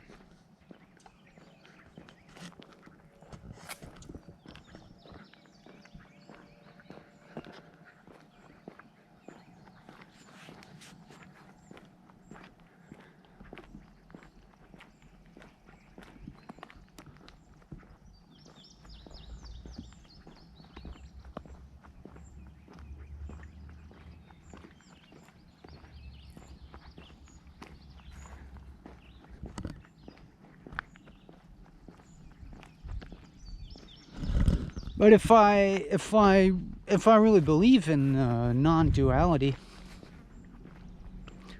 of self versus world,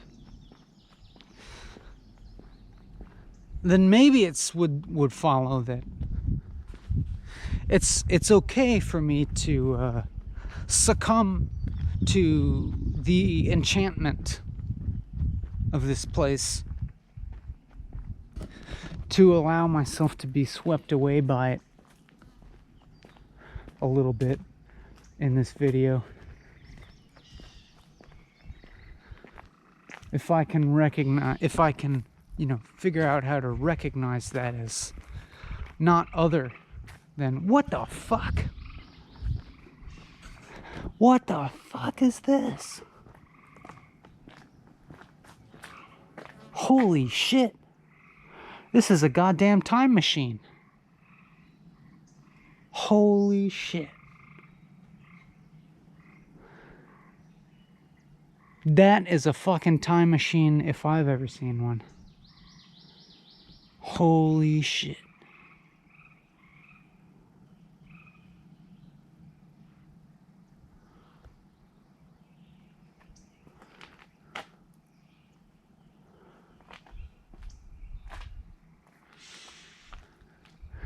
I am moving here. You just try and stop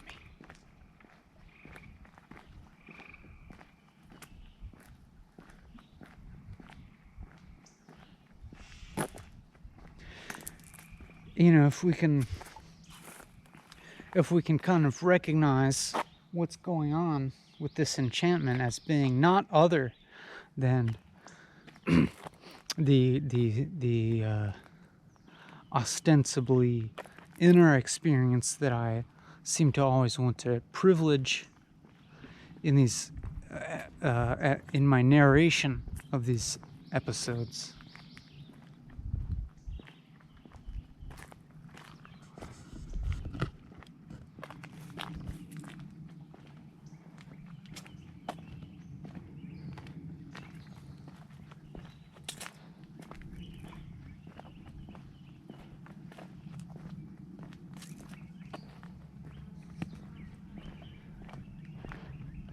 I'll go ahead and try to continue embracing the fragmentation of my own consciousness that I think is maybe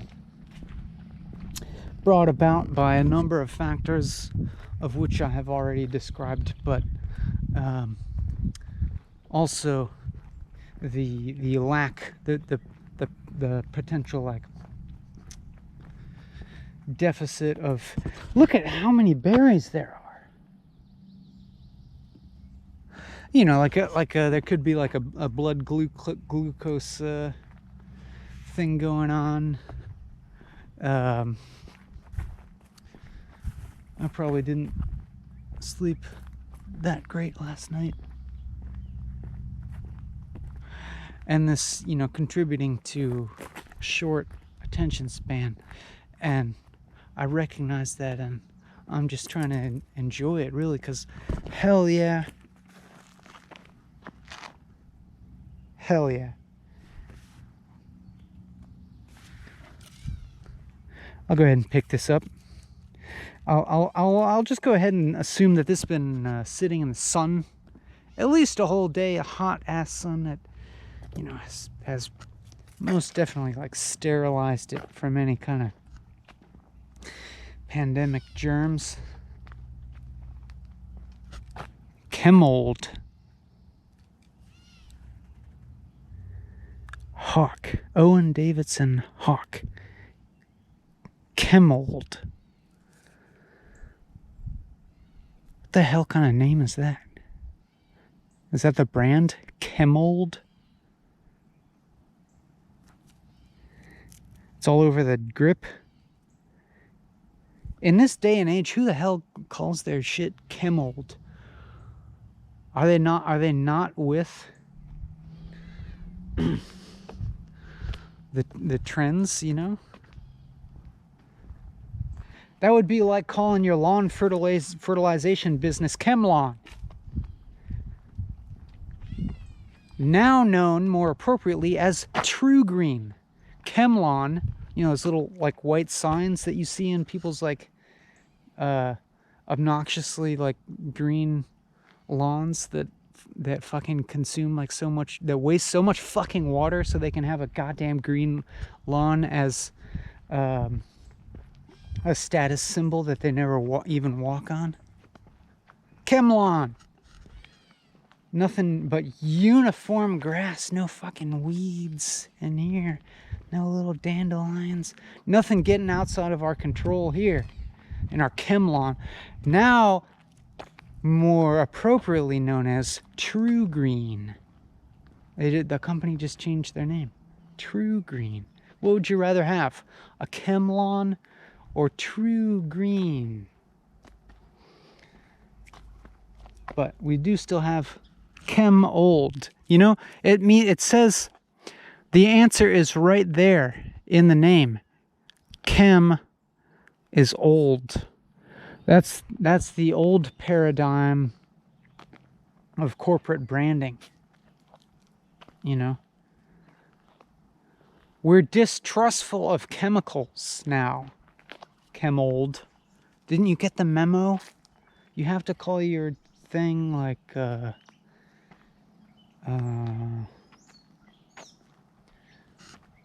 something more reminiscent of the wood. You know, we trust exposed wood. See this part of the tennis racket, this exposed wood part of the tennis racket, is congenial to our modern day aesthetic and sensibility.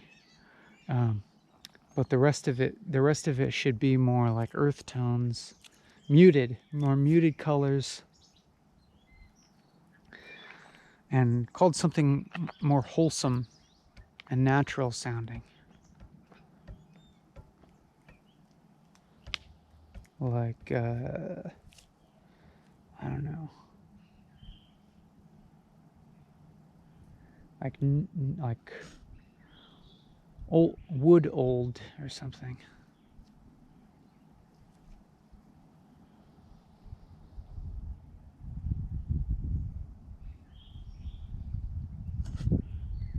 Isn't that pretty?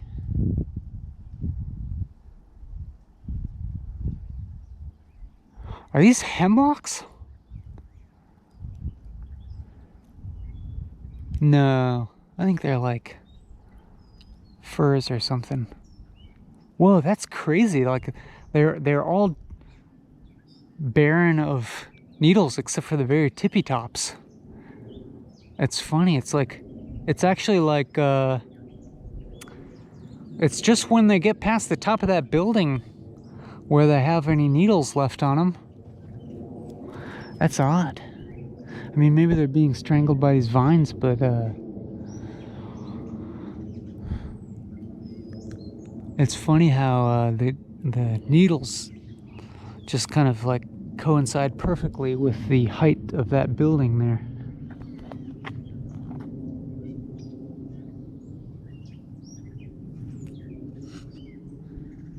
True wood. How about that? Get yourself a genuine true wood racket. Bing.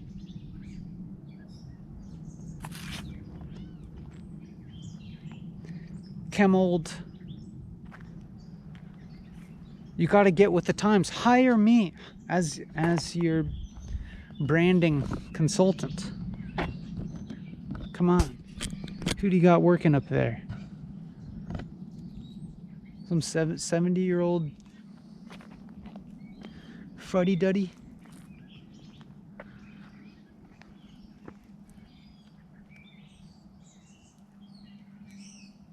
I'm not saying 70-year-olds are fuddy-duddies. I'm just saying whoever you got coming up with your brand names isn't quite in touch with the aesthetic that people buy into these days.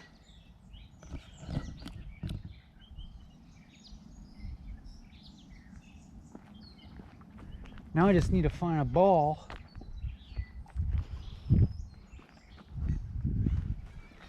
or like some lantern flies flying through the air. Whoosh, whoosh, whoosh.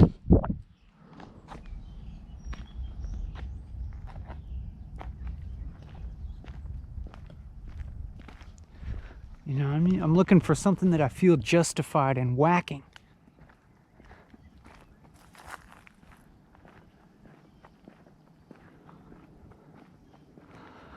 Most of these plants, you know, most of these plants seem pretty congenial to this environment. I mean, as far as I'm concerned, I know some of them are invasive and whatever, but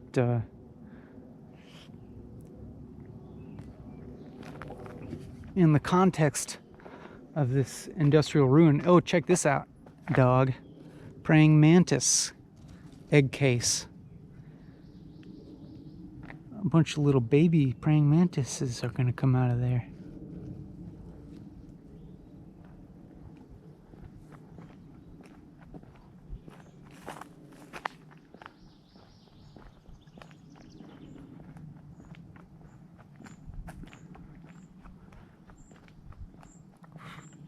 Sassafras.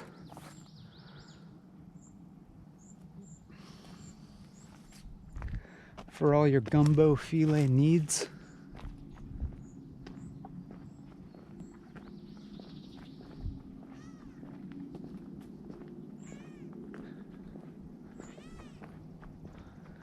Queen Anne's lace. Wild carrot. This is a wild carrot.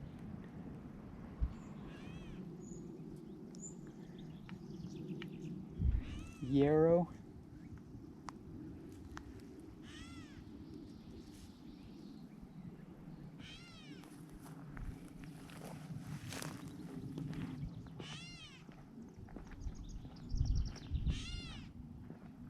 Who's that? Who's that?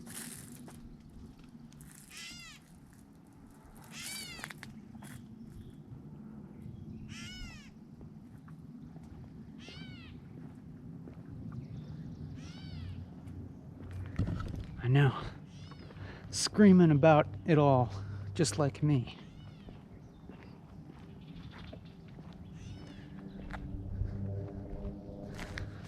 Here's some stuff to whack.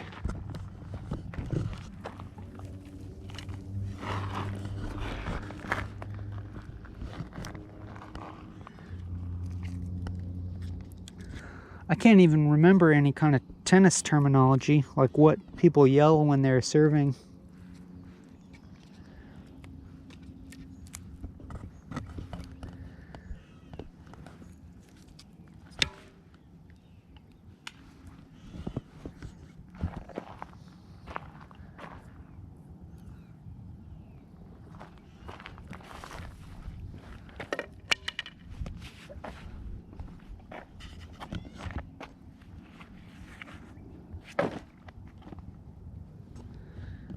I'm trying to get you set up here.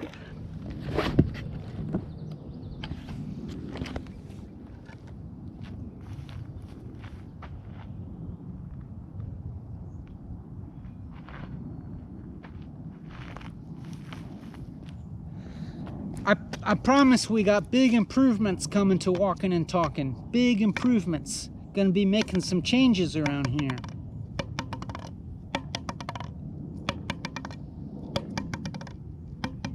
Gonna kick up the production values. It's gonna be way more entertaining and engaging. You're gonna be glued to the screen, captivated, enthralled.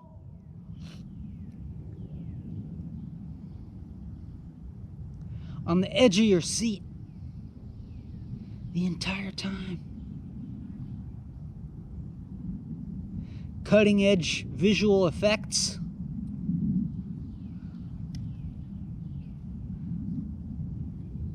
A top-notch sound designer.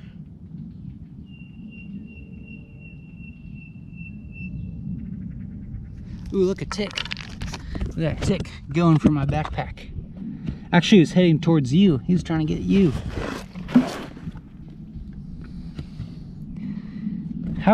I've never really followed a tick, you know, to see where it goes. Because usually I see them, they're already crawling on me. See, this is one of the improvements we're gonna make around here, is get the macro lens, and then we can look at these critters up close. We can follow this tick and get a more tick's eye view of the world, because, you know, what are we doing here if we're not expanding our point of view and extending our empathy towards little critters that we would typically consider our enemies? See, he's probably detecting my carbon dioxide right now and figuring out how to come towards me. See, he's confused by this rock. I was just holding this rock. I wonder if he like smells my scent on there. I was checking out this rock. It's like, Can I suck some blood out of this thing?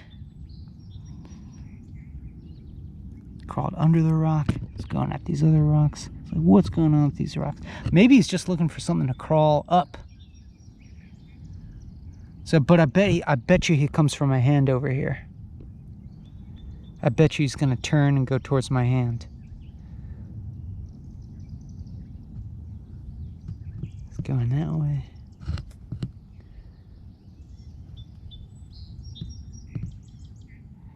Yeah, I'm stalking you now, buddy.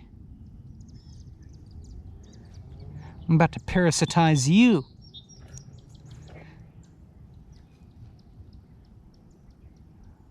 About to give you Lyme's disease. About to give you COVID.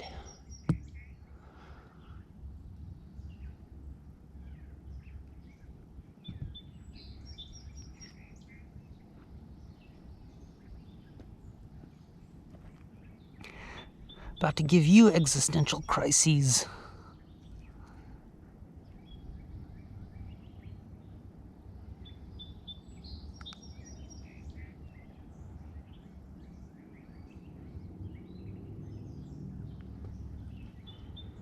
About to give you depression and anxiety.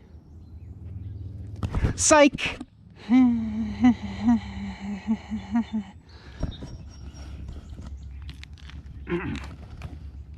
Anyhow, I guess we need a target. We need a target.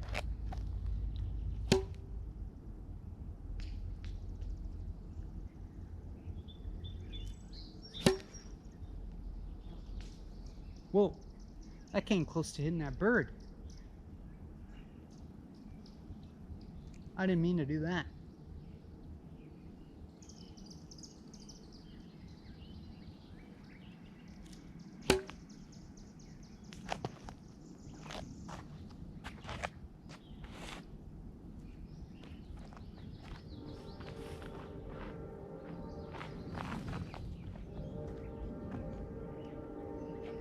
Perfect my serve.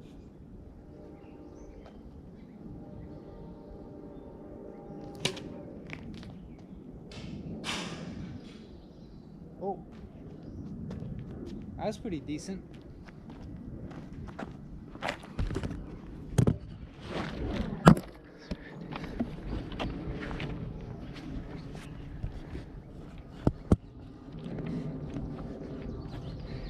I guess I should like put the GoPro on the tennis racket to be, you know, like how they do. Oh, here's some targets up here.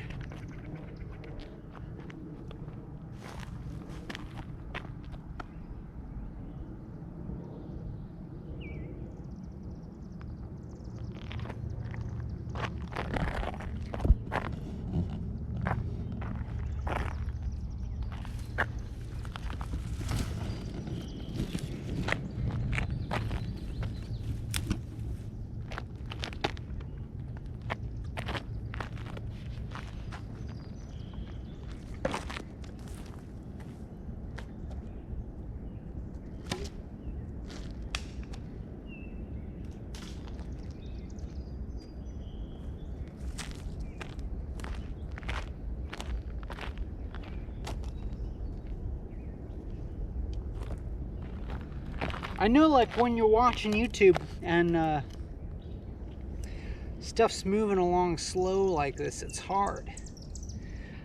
Because you got a world of options. You got a whole sidebar of other videos that are way shorter and way sexier, that advertise a lot more payoff for your time. I understand it. And then when you just got a guy like hitting rocks with a tennis racket for several minutes, it can be hard to rationalize how the fuck am I spending my time, you know? And so I just want to thank you for the noble work that you're doing of staying with me here. Even though I promise no reward. Well, you know, you'll get out of it what you put into it. I can tell you that for sure.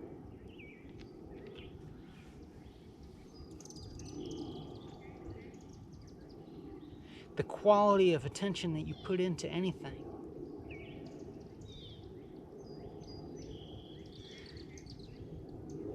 is going to have an effect on the quality of your experience.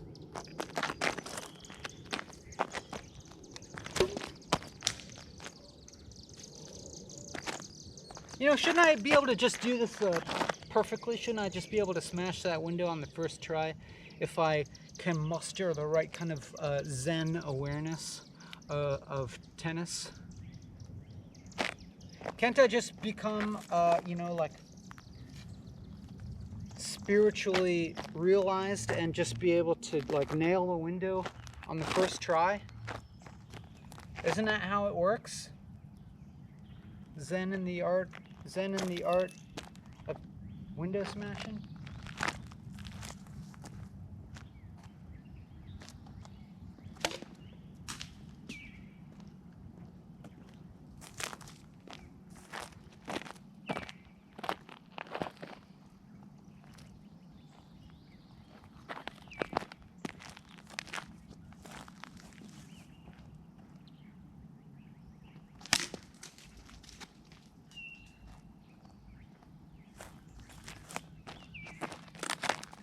I think the key is like I gotta, you know, I just gotta practice for a long time. I think that's what they mean, actually. Ugh. Stomach isn't ready for this.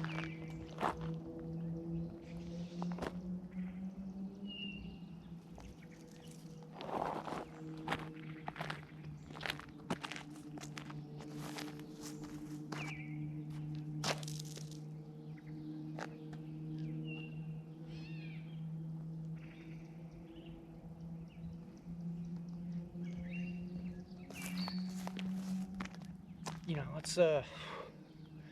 let's engage our mindfulness in this activity. Let's do a little mindfulness exercise.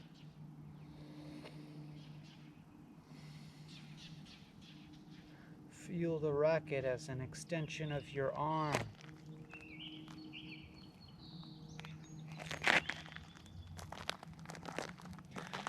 Realize that the window is in here. The window is you. Drop the duality of self versus window, and the window will smash by itself. Drop the feeling of agency. Do not try to smash the window. Just smash the window.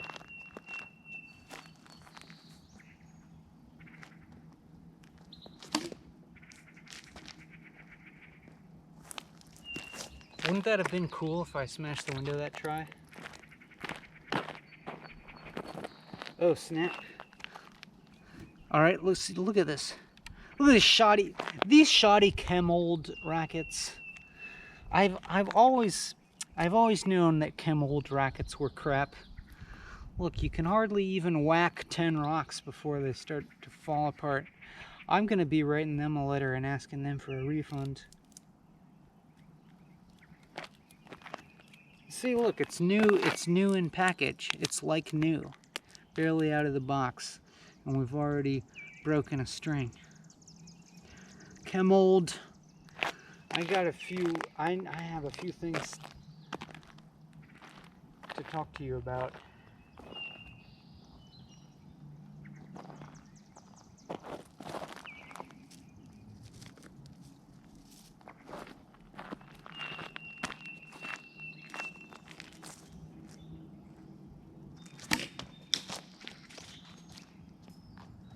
Shit! Fuck!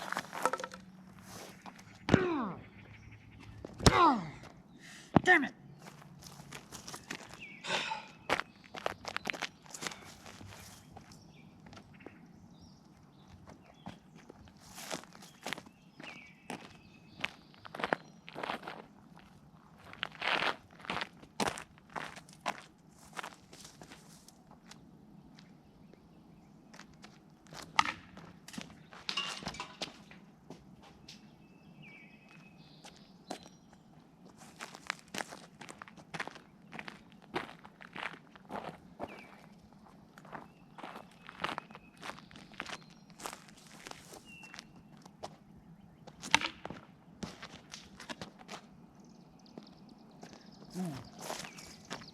Way off.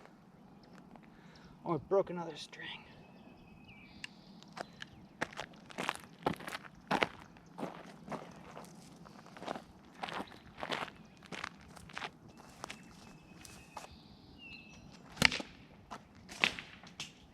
That rock was too heavy.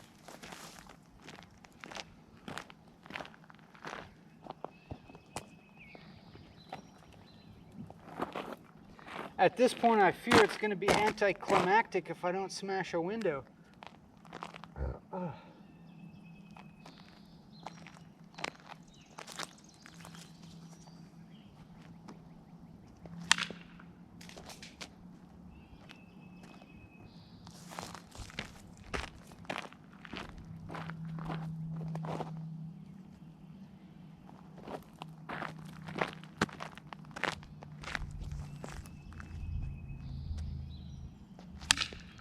Ooh, ooh, ooh.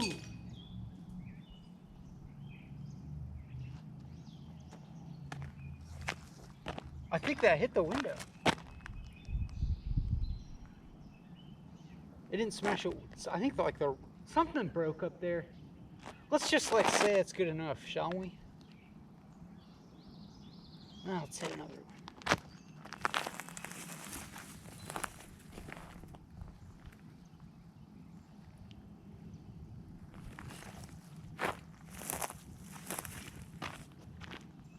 Yes, this is what I'm doing with my time. Shut up.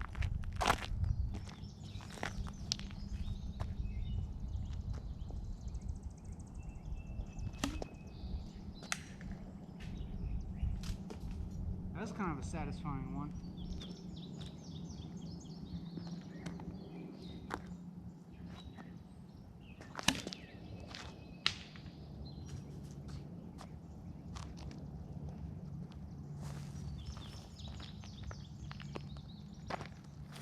I'm getting better. I'm starting to get a feel for it.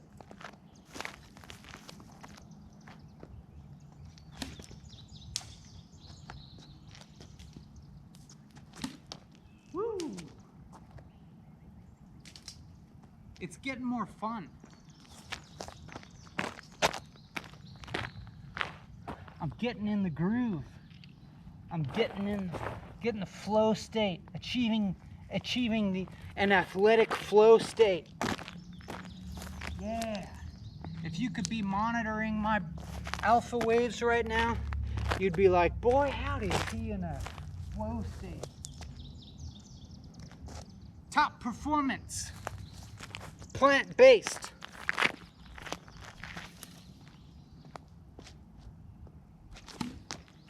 Ooh. Ooh.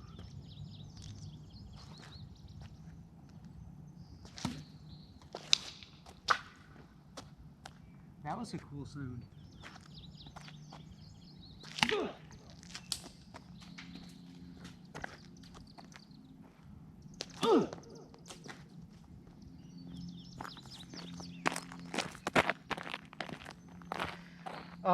That's the problem. The problem all along is that I haven't been grunting. I forgot about the grunt.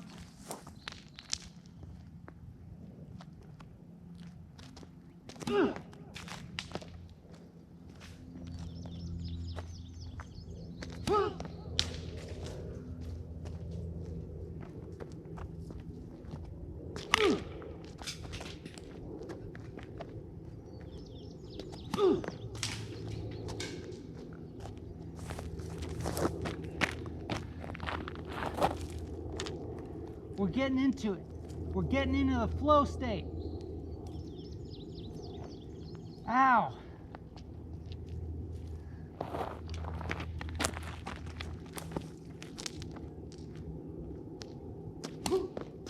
Oh shit.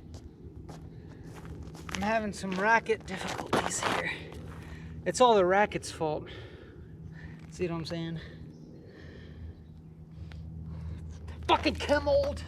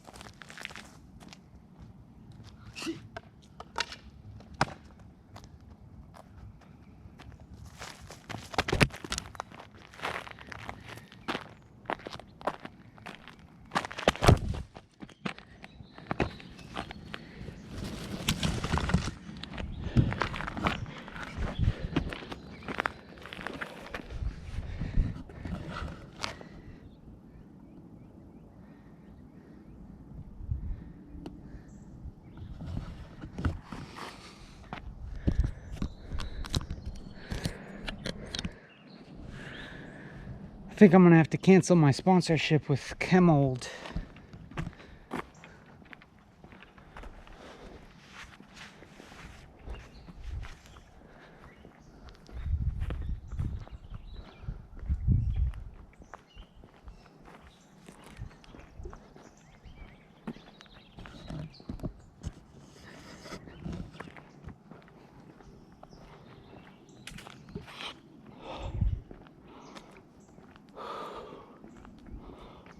Yeah.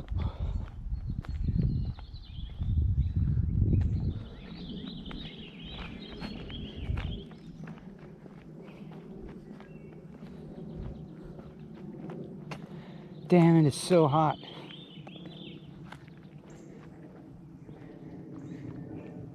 Here's some easier targets.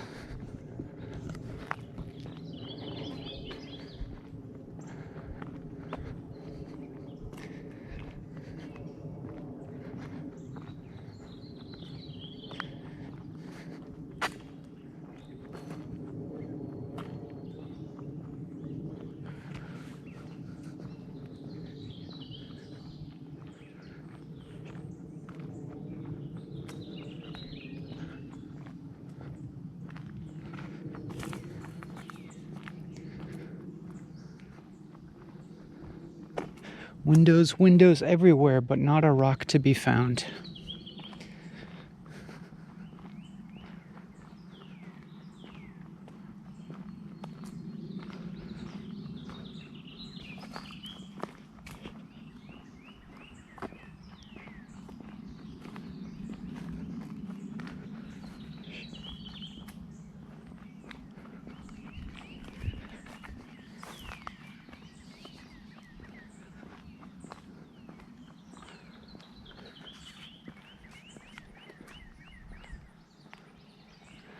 Beauty everywhere.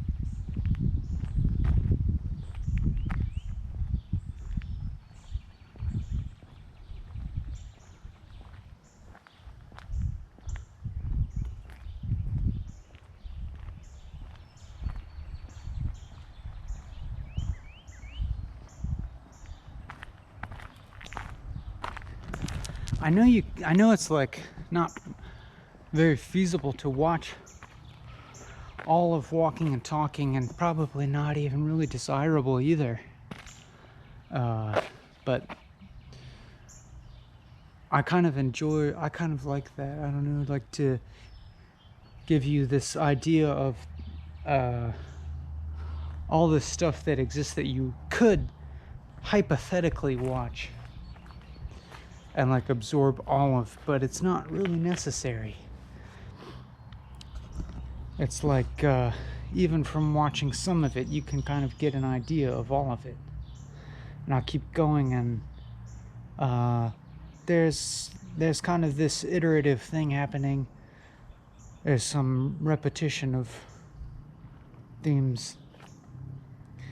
Maybe there's even something like some kind of refinement or improvement happening. I can't be sure of that.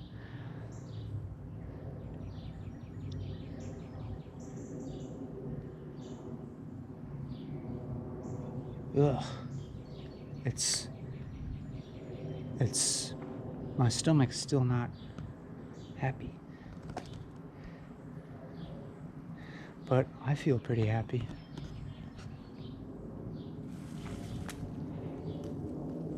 There's wine berries here.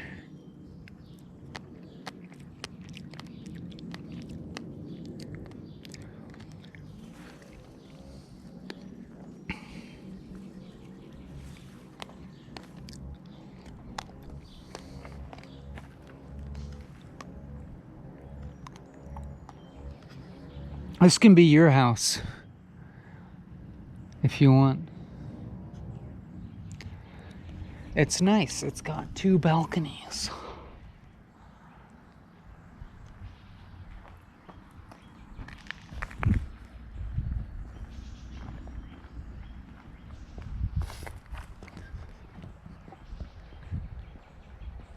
We'll be neighbors.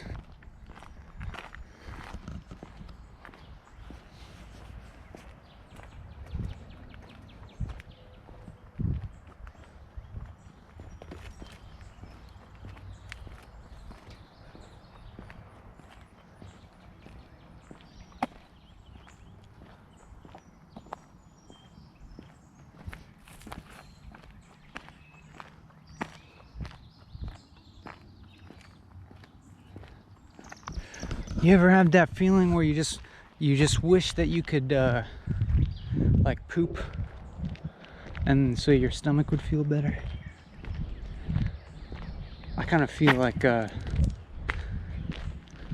my stomach might not feel better until I take some kind of purgative shit, but that's not like happening at the moment.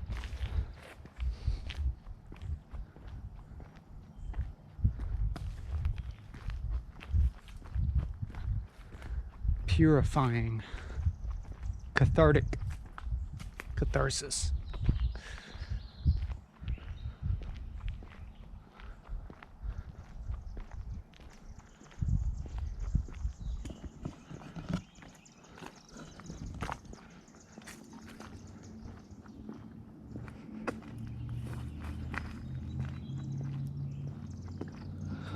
But nonetheless, I'm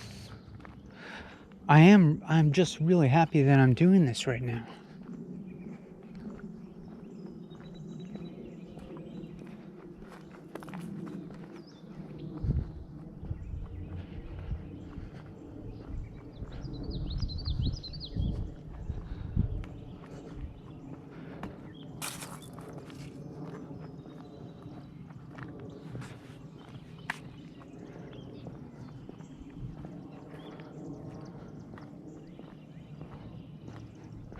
I don't necessarily feel quite the same level of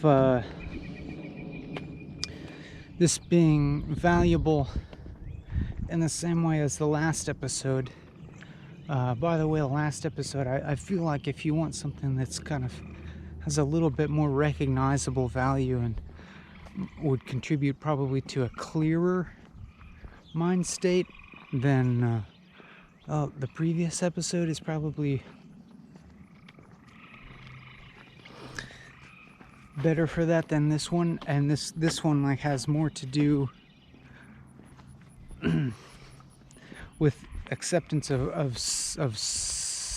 sub-ideal circumstances, or dealing with ugliness,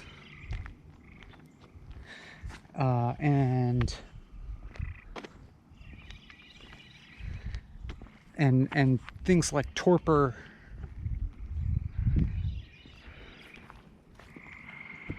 and like idleness, a kind of idleness or something. Damn, there's so many blackberries.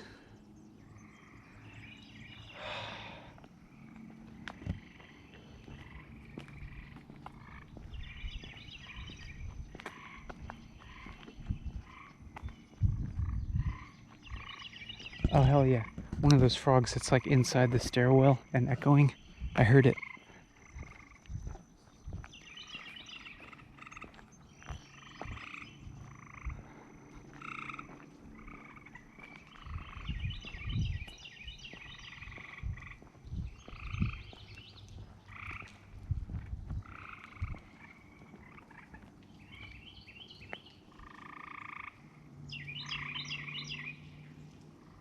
What is that sound?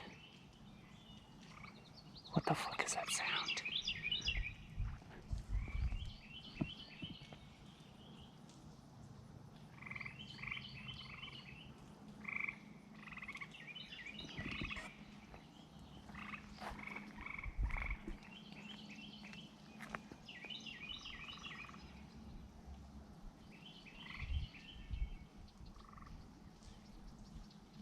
There's water dripping from that ceiling to the ground. I can see it.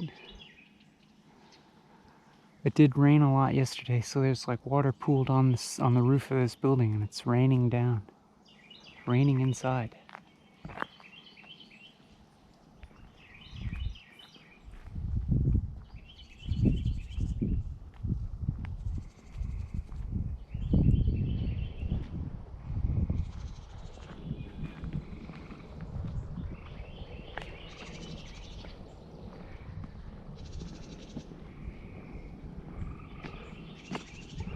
Here's these bright red spikes of staghorn sumac. You take one of those spikes and you crush it up a little bit with your hands, and you just dunk it in some cold water, shake it up, and let it soak for a few minutes. It turns the water into this lemony pink beverage that's very refreshing, like pink lemonade. I had no desire to do it because my stomach feels so fogged up.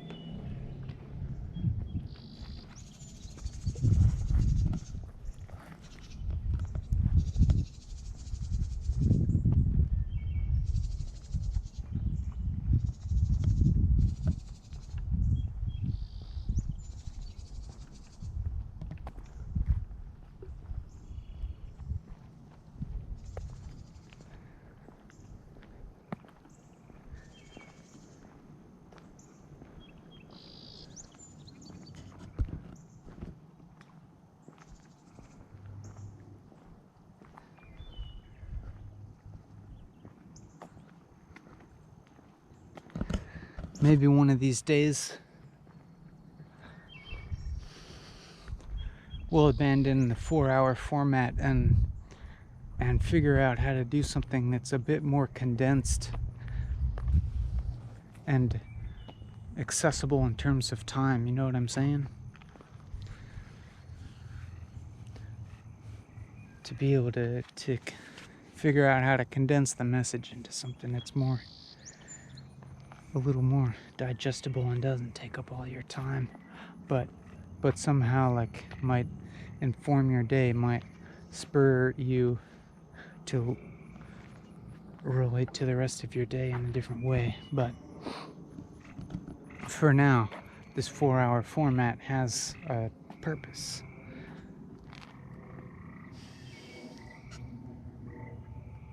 There's a reason for this that I don't even fully understand myself. Look at all these blackberries. There are so many.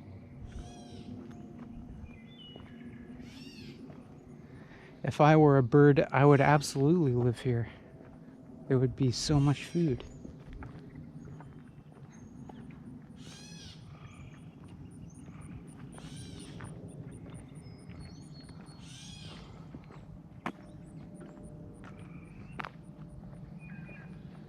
Ah, man, I wish I would just be able to take a big dump and feel better. Maybe at some point I'll stop the video and maybe that'll happen.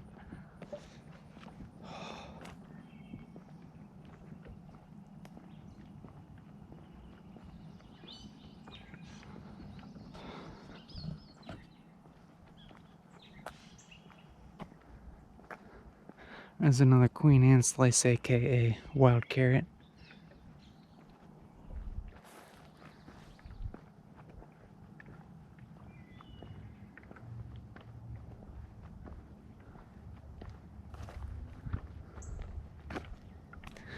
A bunch of weird bottle caps.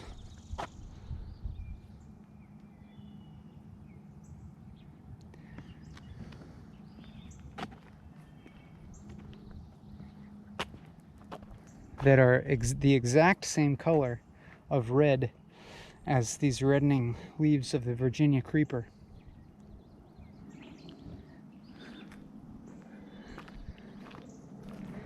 And I'm walking this way because in the distance I saw these little pink tufts here that looked a little out of place, and I was like, holy mackerel, is that a friggin' mimosa tree? What are you doing here?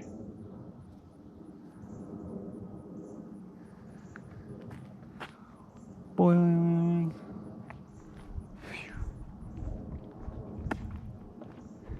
there's another one over here. Another couple.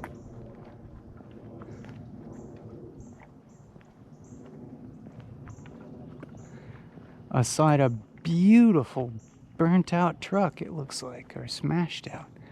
A beautiful skeleton of a truck.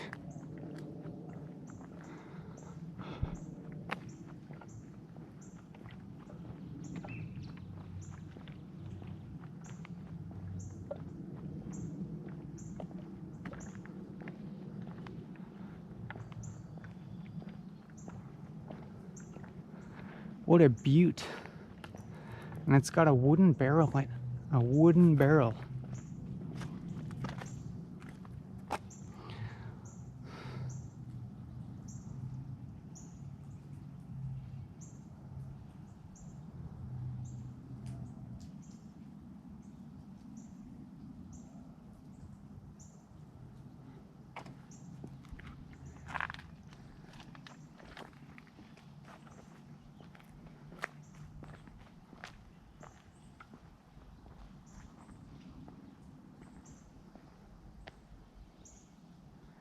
There's more of the sound of it raining inside that building.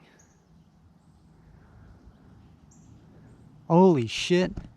If I look up here, I don't know how well you can see that, but do you see that light on the ceiling inside that building? It's a reflection of a puddle that's moving from water dripping into it. I can see the reflection of expanding rings inside the water. Ripples on the water are like projecting onto the ceiling. What wonders.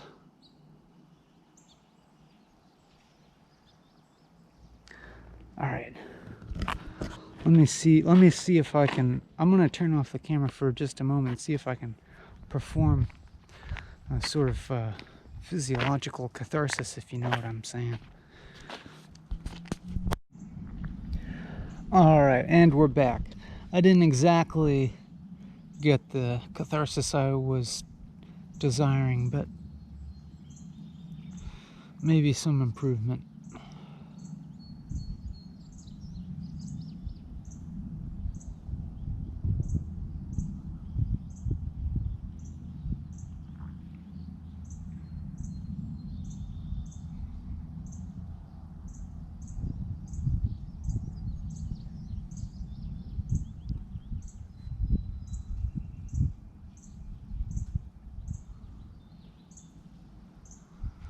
I'm gonna have to reconsider eating turnip green pesto. You know, it's like a, I wonder if this casts some doubt to my presenting myself as being so successfully healthy at avoiding the doctor. You know, but health doesn't last forever. For anyone. But who needs to say that? Alright. No more lying down. No more lying down on the job.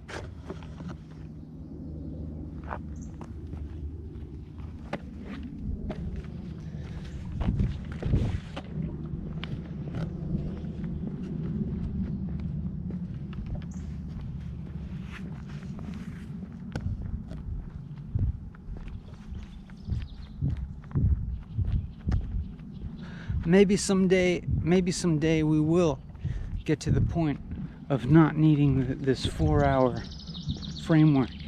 But for now, we need it. It's important. It holds this all together. It's like the only thing stable, the only thing repetitive enough to grant some structure to this. It's like, well, it's the it's like the it's like the ritual against which I can observe difference. You need a sameness. You need to repeat a thing day after day in order to observe subtle differences. in order to gain a higher perspective on your experience within that framework.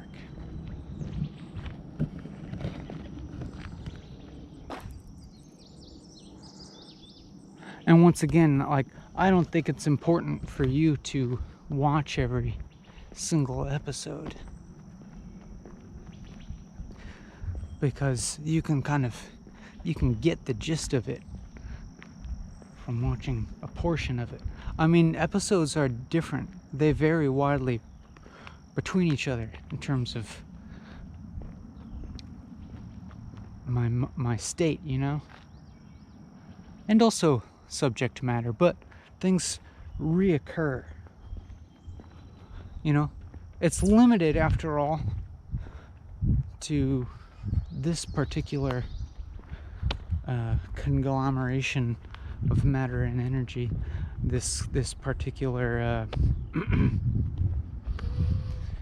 perspective of the universe.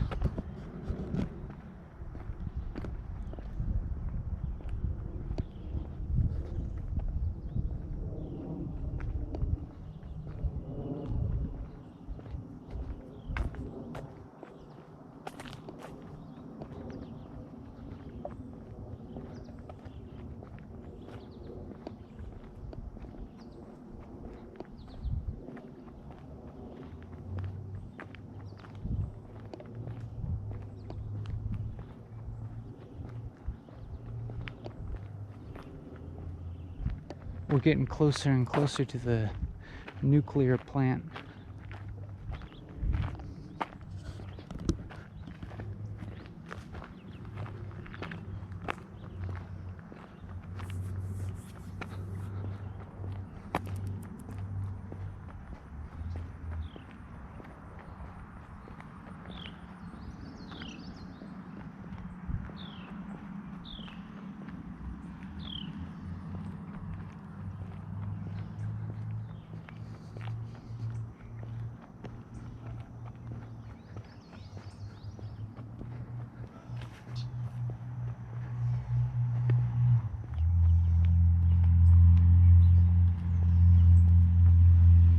You know, I don't play video games at all, but I'm feeling like this is this landscape is like I'm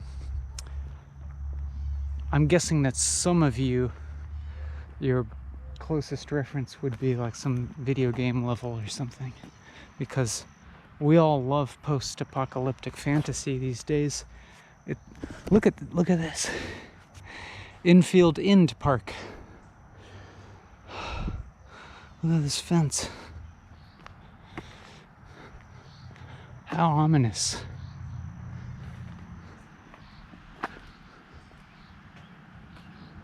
Whoa.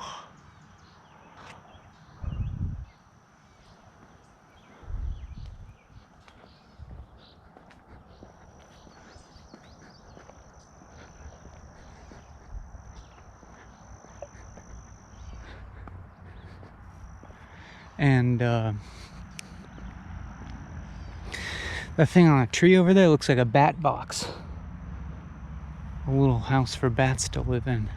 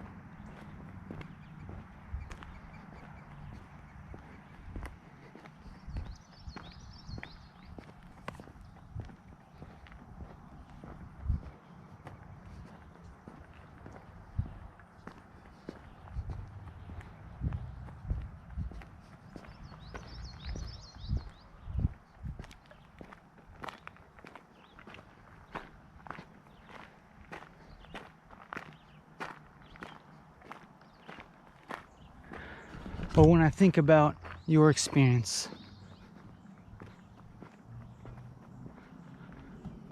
I think about the possibility of this video disappointing in some regards. As in,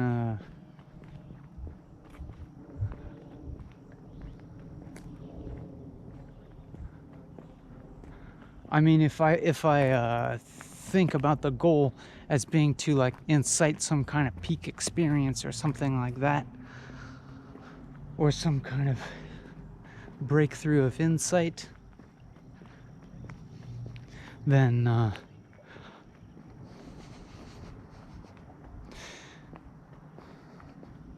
it would be possible to view this episode as failing. But as always, that would be a problematic thing to do, and that it would be setting up a dichotomy that discounts this very experience here as, you know, something inferior to something else. As not belonging in what we categorize as insight.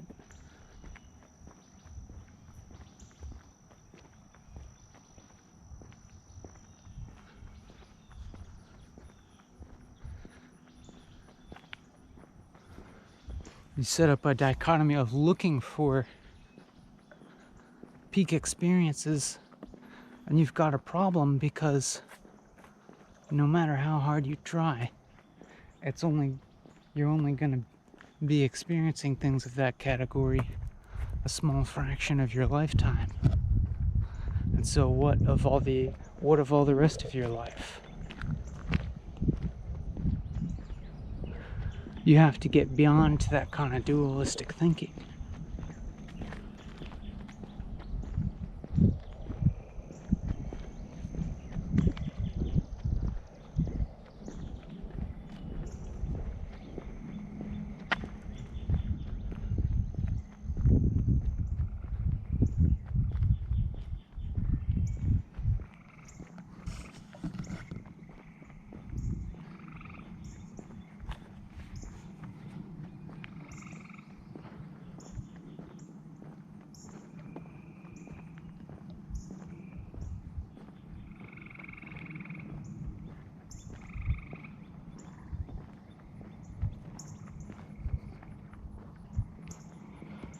And so if you find yourself like being disappointed at your current experience, then question like,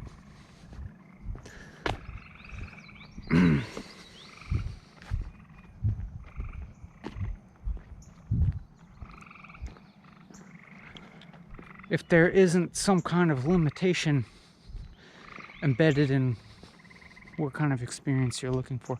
And I mean,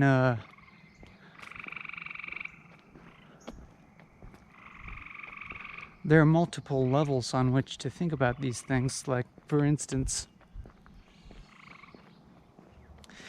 earlier today, I was in my house, consuming information on the internet, and feeling quite scatterbrained, and then feeling kind of stir crazy and increasing feeling like I need to get outside of the house and just walk and talk, and to get this different perspective on my scatterbrainedness. So not necessarily, and so like in a way, being accepting of the scatterbrainedness, but also assenting towards an activity that would be conducive to a different meta level, a different meta relationship to that state. So I'm not saying there's no discernment, but to let your discernment guide you towards transcending the dualities that you perceive. I feel like that's the indicator of growth.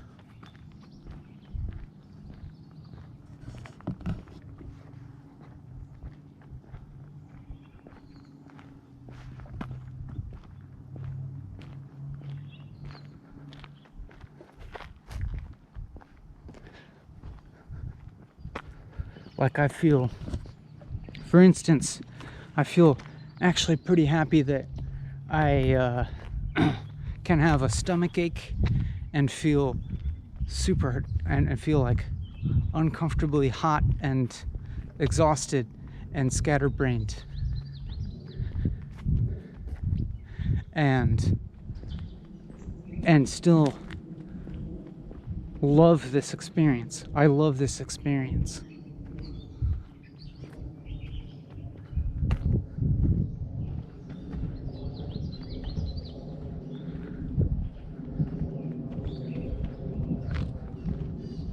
Even through my like exhaustion that you might detect, I feel incredibly happy.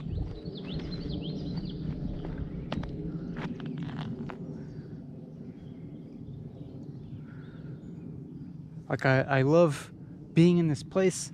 I love making this video. I love the fact that I'm talking to you and that you're hearing me.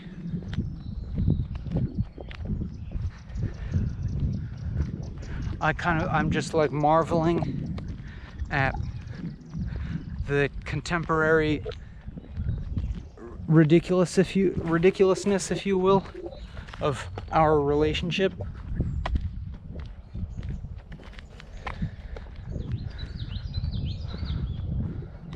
I marvel at the fact that this can exist as a form of media that can be consumed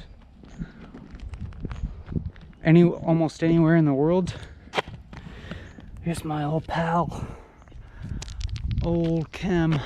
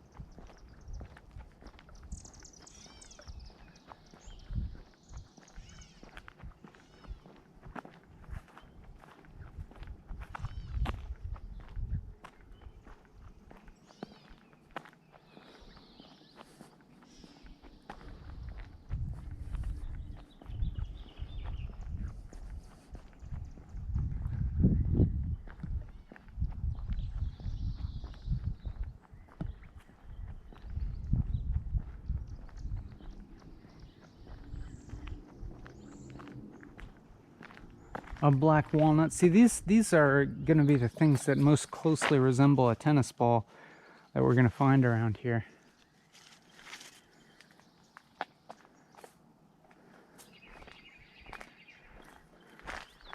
When these things get big, they can get almost to the size of a tennis ball.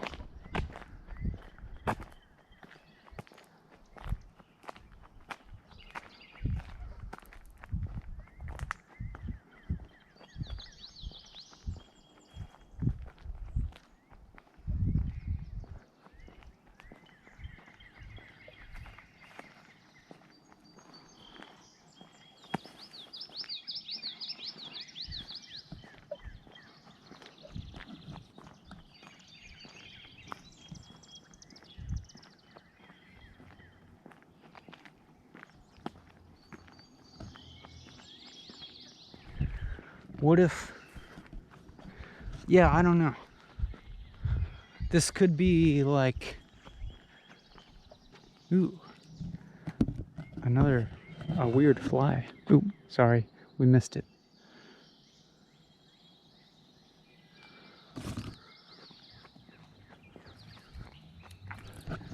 This is a bit of a ecological wonderland in addition to the industrial ruins.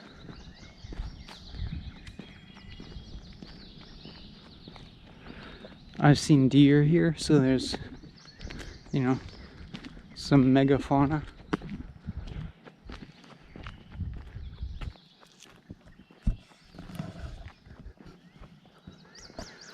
There could be a giant ground sloth living here.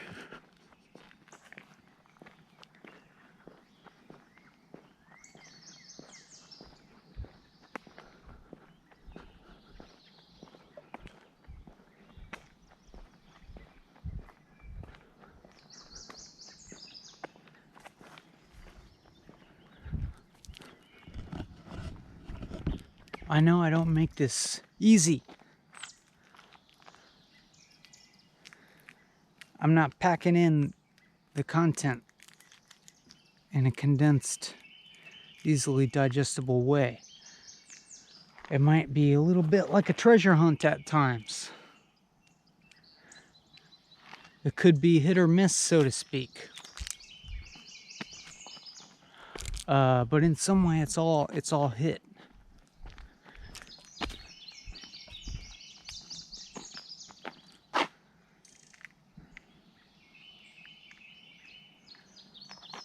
Okay, I'm gonna see if I'm just like trying to snap out of it or something. Trying to snap out of my my mild torpor and delirium and see if I can, by dint of willpower, sharpen up a little.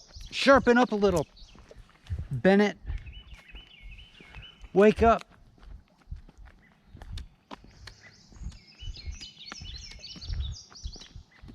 Snap out of the heat-induced torpor.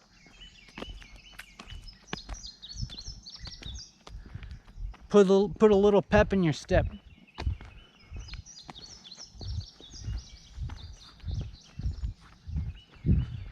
I need a coach breathing down my neck, you know what I'm saying? Look alive, Bennett. You're on YouTube broadcasting to thousands of viewers. Thousands of people are watching you, Bennett. Look alive. That's what I need.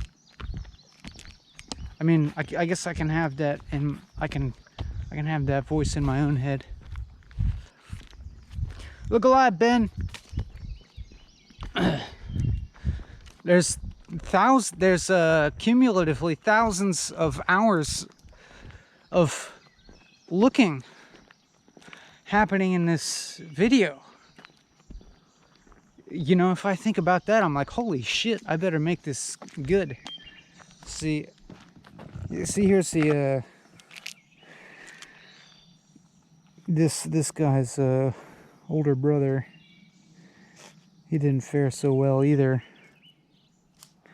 I'll let them rest together.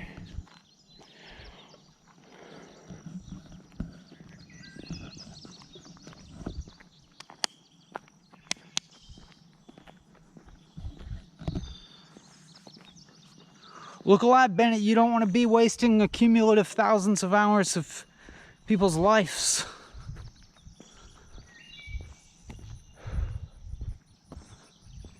All right, I swear I'm not wasting your life. I swear I'm not wasting your life. You're learning something.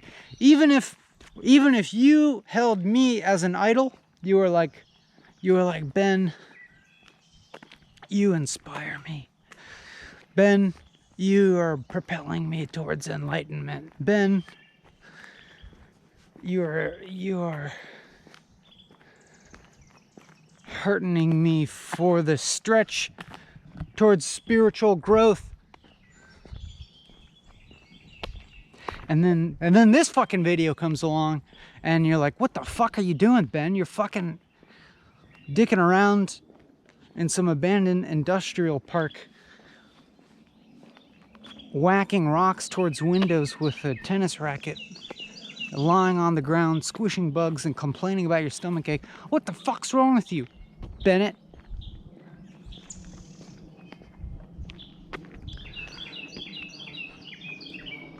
So if I may demystify myself continuously, if I may, you know, shatter the, like, whatever goddamn mystery people perceived around sitting and smiling, which there never was anything more than what's on the surface.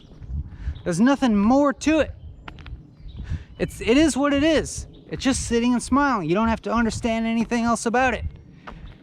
Give it a rest. Come on. There's no fucking conspiracy going on. If I may continue to demystify all of that shit and shatter whatever mystique has grown up around me, then there could be the danger of you, my internet friend, looking towards yourself for the answers rather than towards me.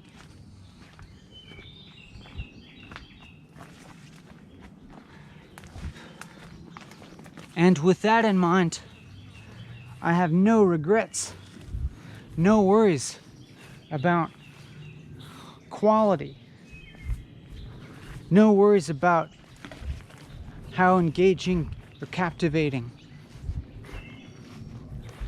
these videos are.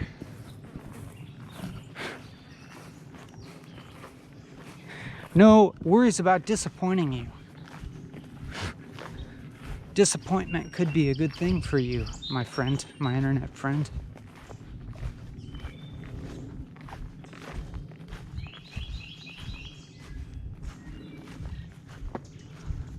If something outside of yourself resonates with you and you feel drawn towards it and you want to follow it.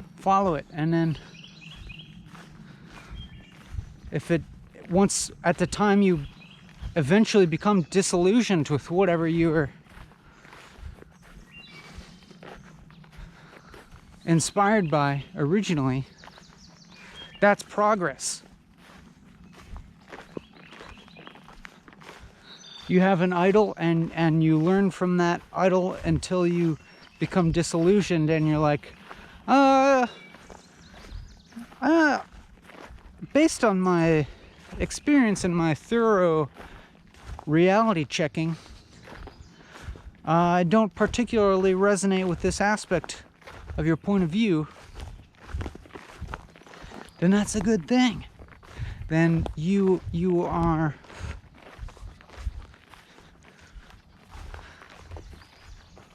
moving into your own perspective.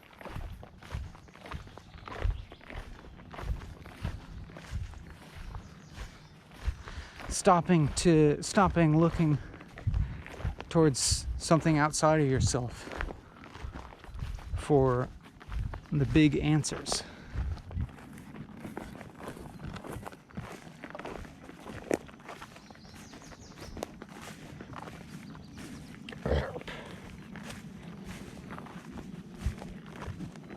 Because I am just as fucked up as you, if not more so.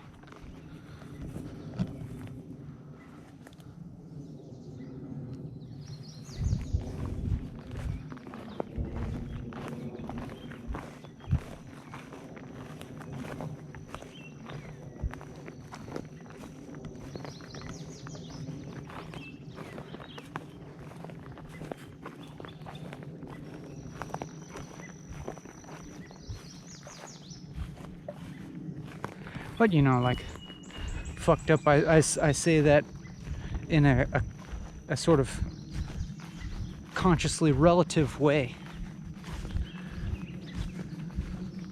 Like ultimate, like in the way that I'm thinking more and more, hopefully, fuck, you know, I say something like I'm fucked up and It has just a relative meaning. And I say it also in a somewhat endearing tone.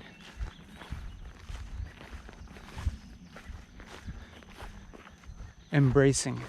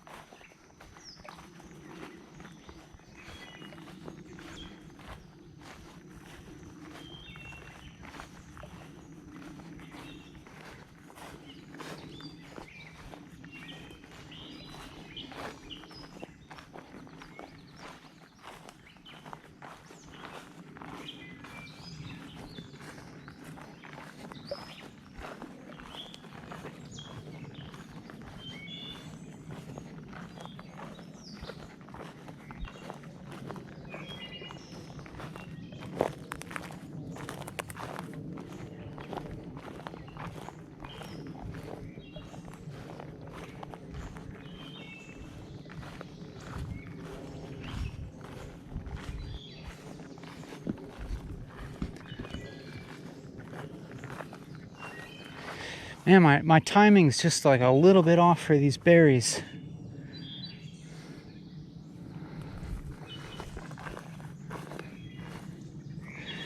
This is gonna be a freaking feast. I mean, these black raspberries may be starting in a few days. And the blackberries have a little more time than that.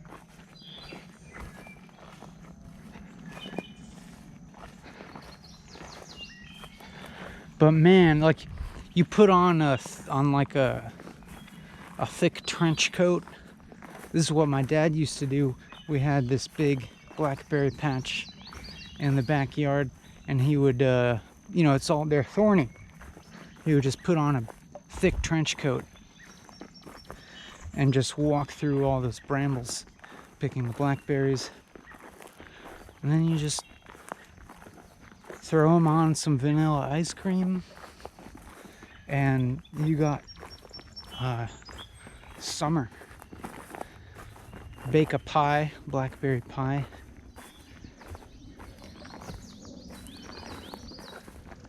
That's living.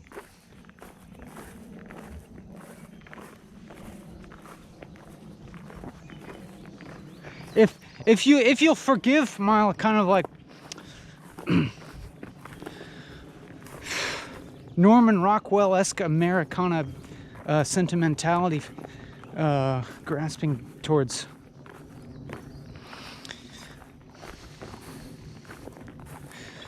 this objects of sensual pleasure.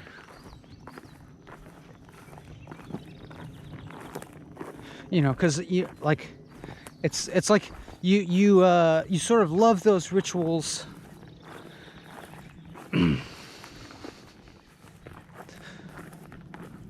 Kind of for fun, you know?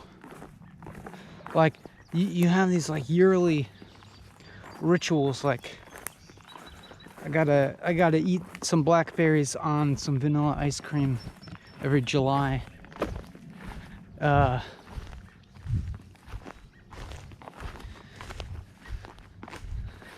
Knowing full well that, like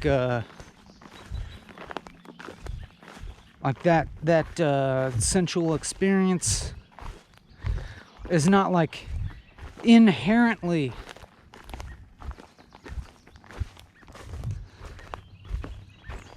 something to be totally desired and attached to, but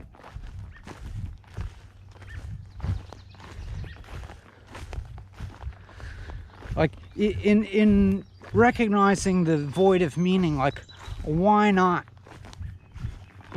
cling to these little things and just enjoy and just like love these little things.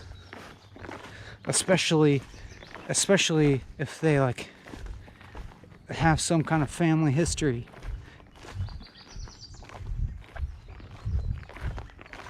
And they bring this like sense of rhythm to your years, aligning you with the changing seasons,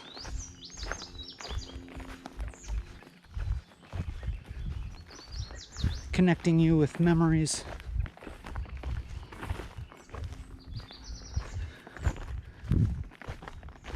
If you can't enjoy little things like that, you know, what can you enjoy?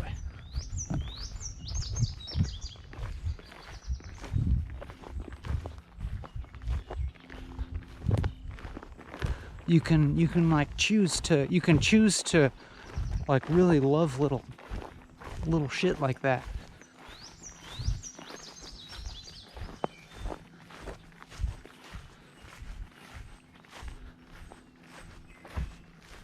You don't have to constantly like self-negate and float totally unmoored in the void.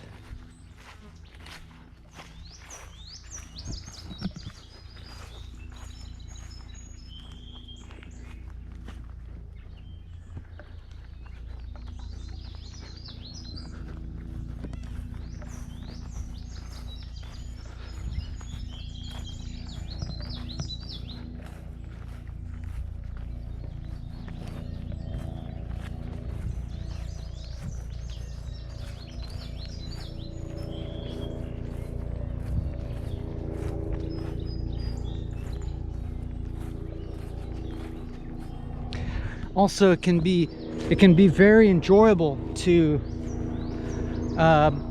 posit those little like personal preferences as absolute truths.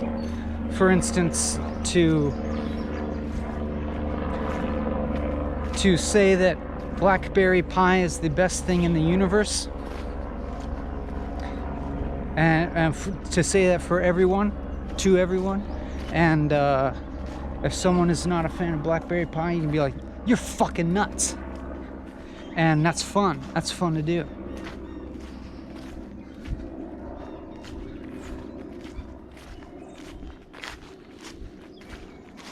I feel like that's what sports teams, spectator sports, are all about.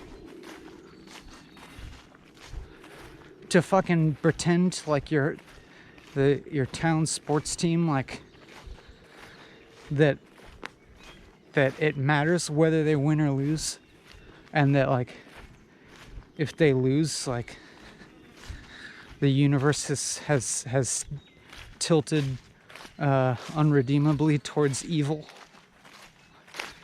and doom, and that if they win, then God's grace is raining down upon the world, and that if someone else likes a different sports team, they're a fucking asshole.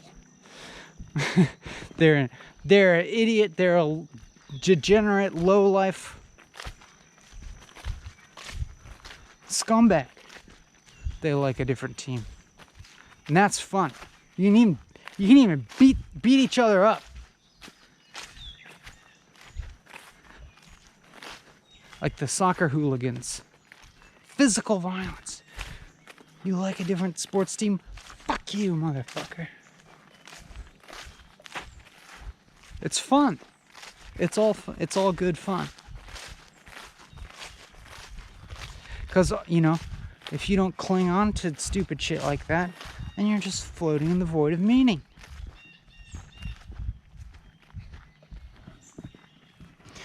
It's not like we could come to a healthier and more, realistic understanding of our global interrelations and dependencies on each other, or something like that, and start ascending towards a spirit of global cooperation and camaraderie in order to solve the world's increasingly global problems or something like that. It's not like that could happen.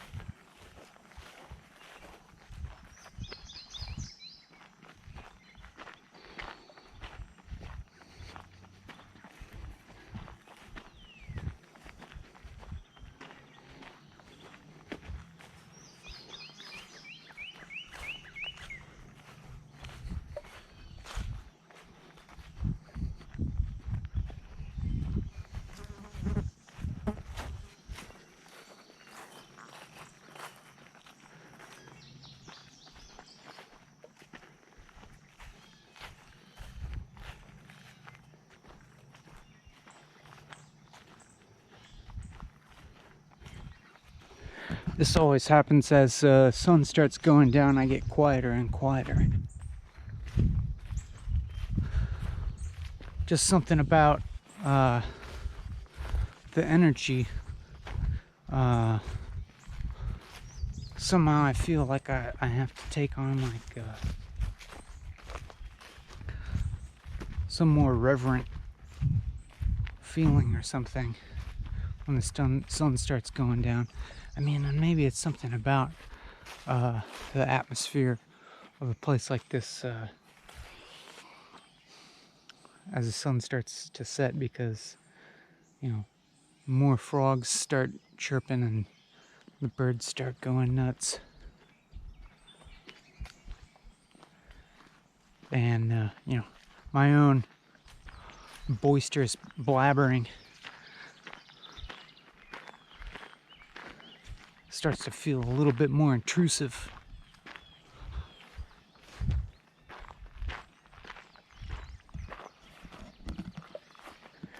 So I start to talk a little bit quieter and more sparsely. But, you know, maybe this is me just making excuses, because I'm fucking tired of talking. In the best way.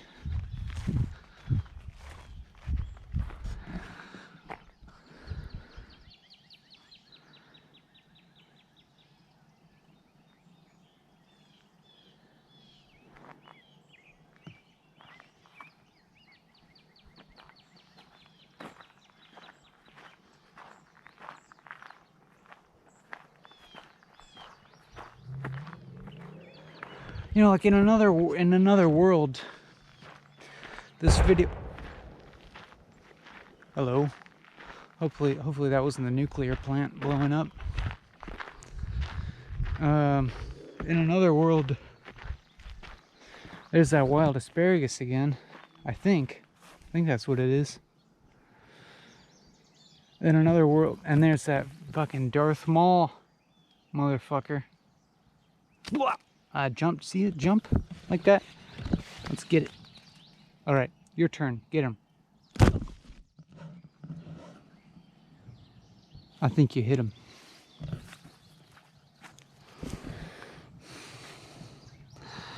Some cool. Is that some weird kind of lightning bug? It looks kind of like a lightning bug, but not exactly. On that milkweed. There's also like a spider. There's also a spider. Oop. He fell off. Another little bug. All right, macro lens.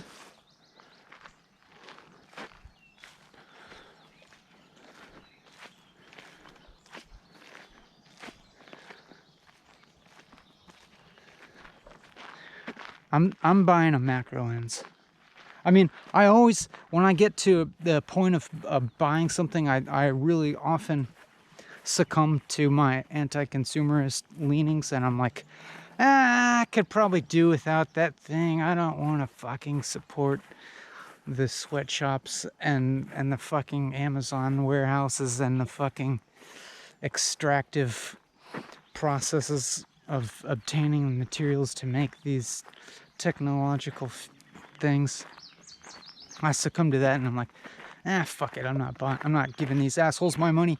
But I'm telling myself now, I'm telling you, just to hold myself accountable, that a little macro lens I can stick on the GoPro might be worth it. You know, if I have decent enough reviews, if they're not crappy.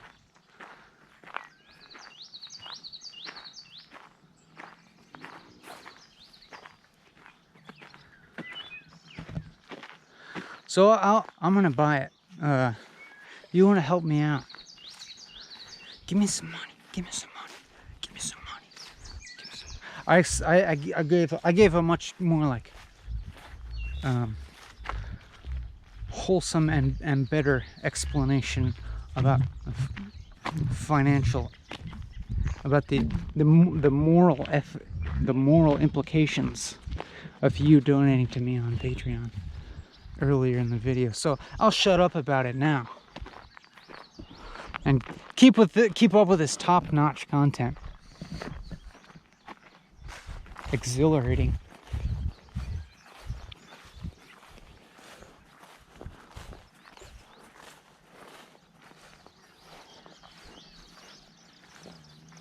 Look at this field. Teasel here. These pointy things, I guess they called it teasel because they used to use it to tease out fibers for making fabric or something like that way back in the day.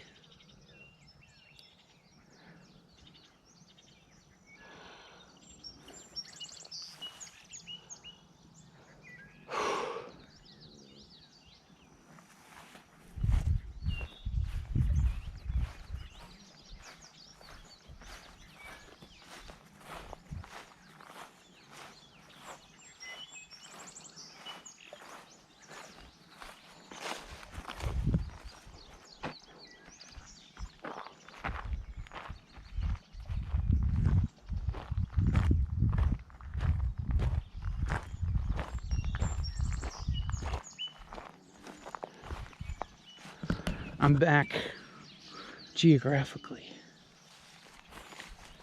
at the beginning. I've totally lost track of time, and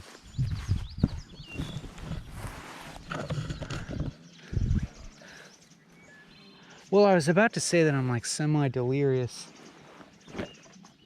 but to be honest, I'm just like, I'm some kind of combination of like whatever kind of trippiness we can talk about that is brought on by engaging in these 4-hour-long exploits, and that combined with my exhaustion and stomachache and heat.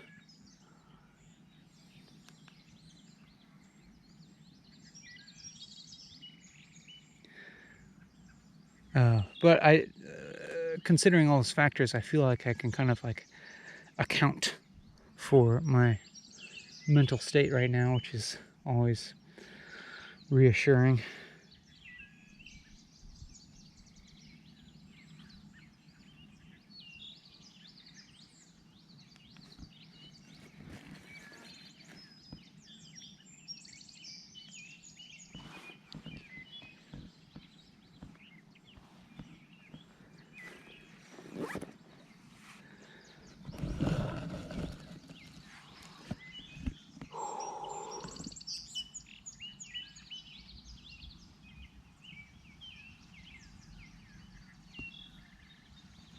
But I think we got something like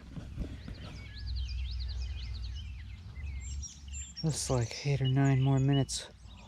Oh man, I'm tired.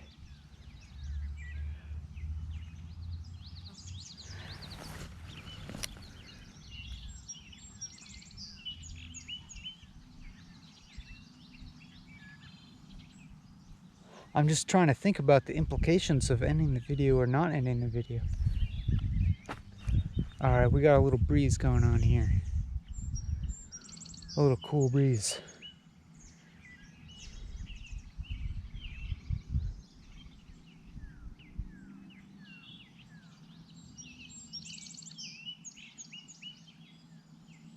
You know, I'm on that edge where I'm like, am I like totally slipping downhill to where I'm like incapable now of saying anything of any kind of redeemable worth? Or do I need to push that edge a little bit? And maybe I'm gonna realize something. I sense myself. I sense myself like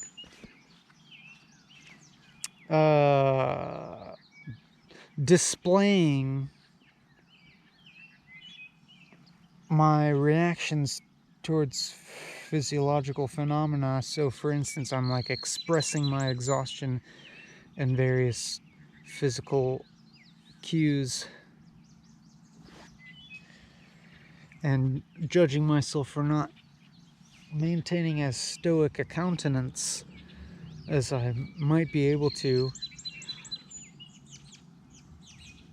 and seeing some of this expression as being unnecessary indulgence.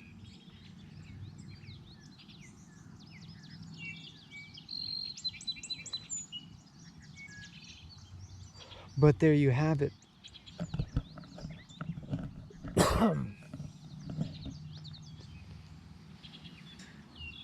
I have learned a lot from this experience. I hope you have too.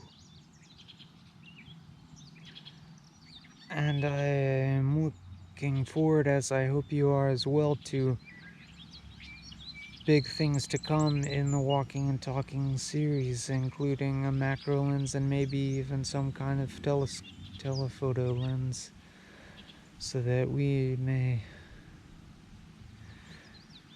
extend the limits of our perception and expand the scope of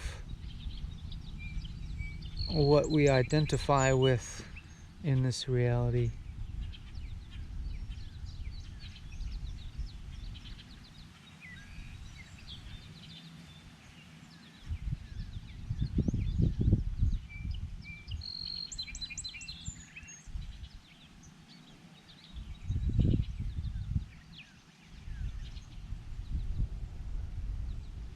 All right, let's knock it off.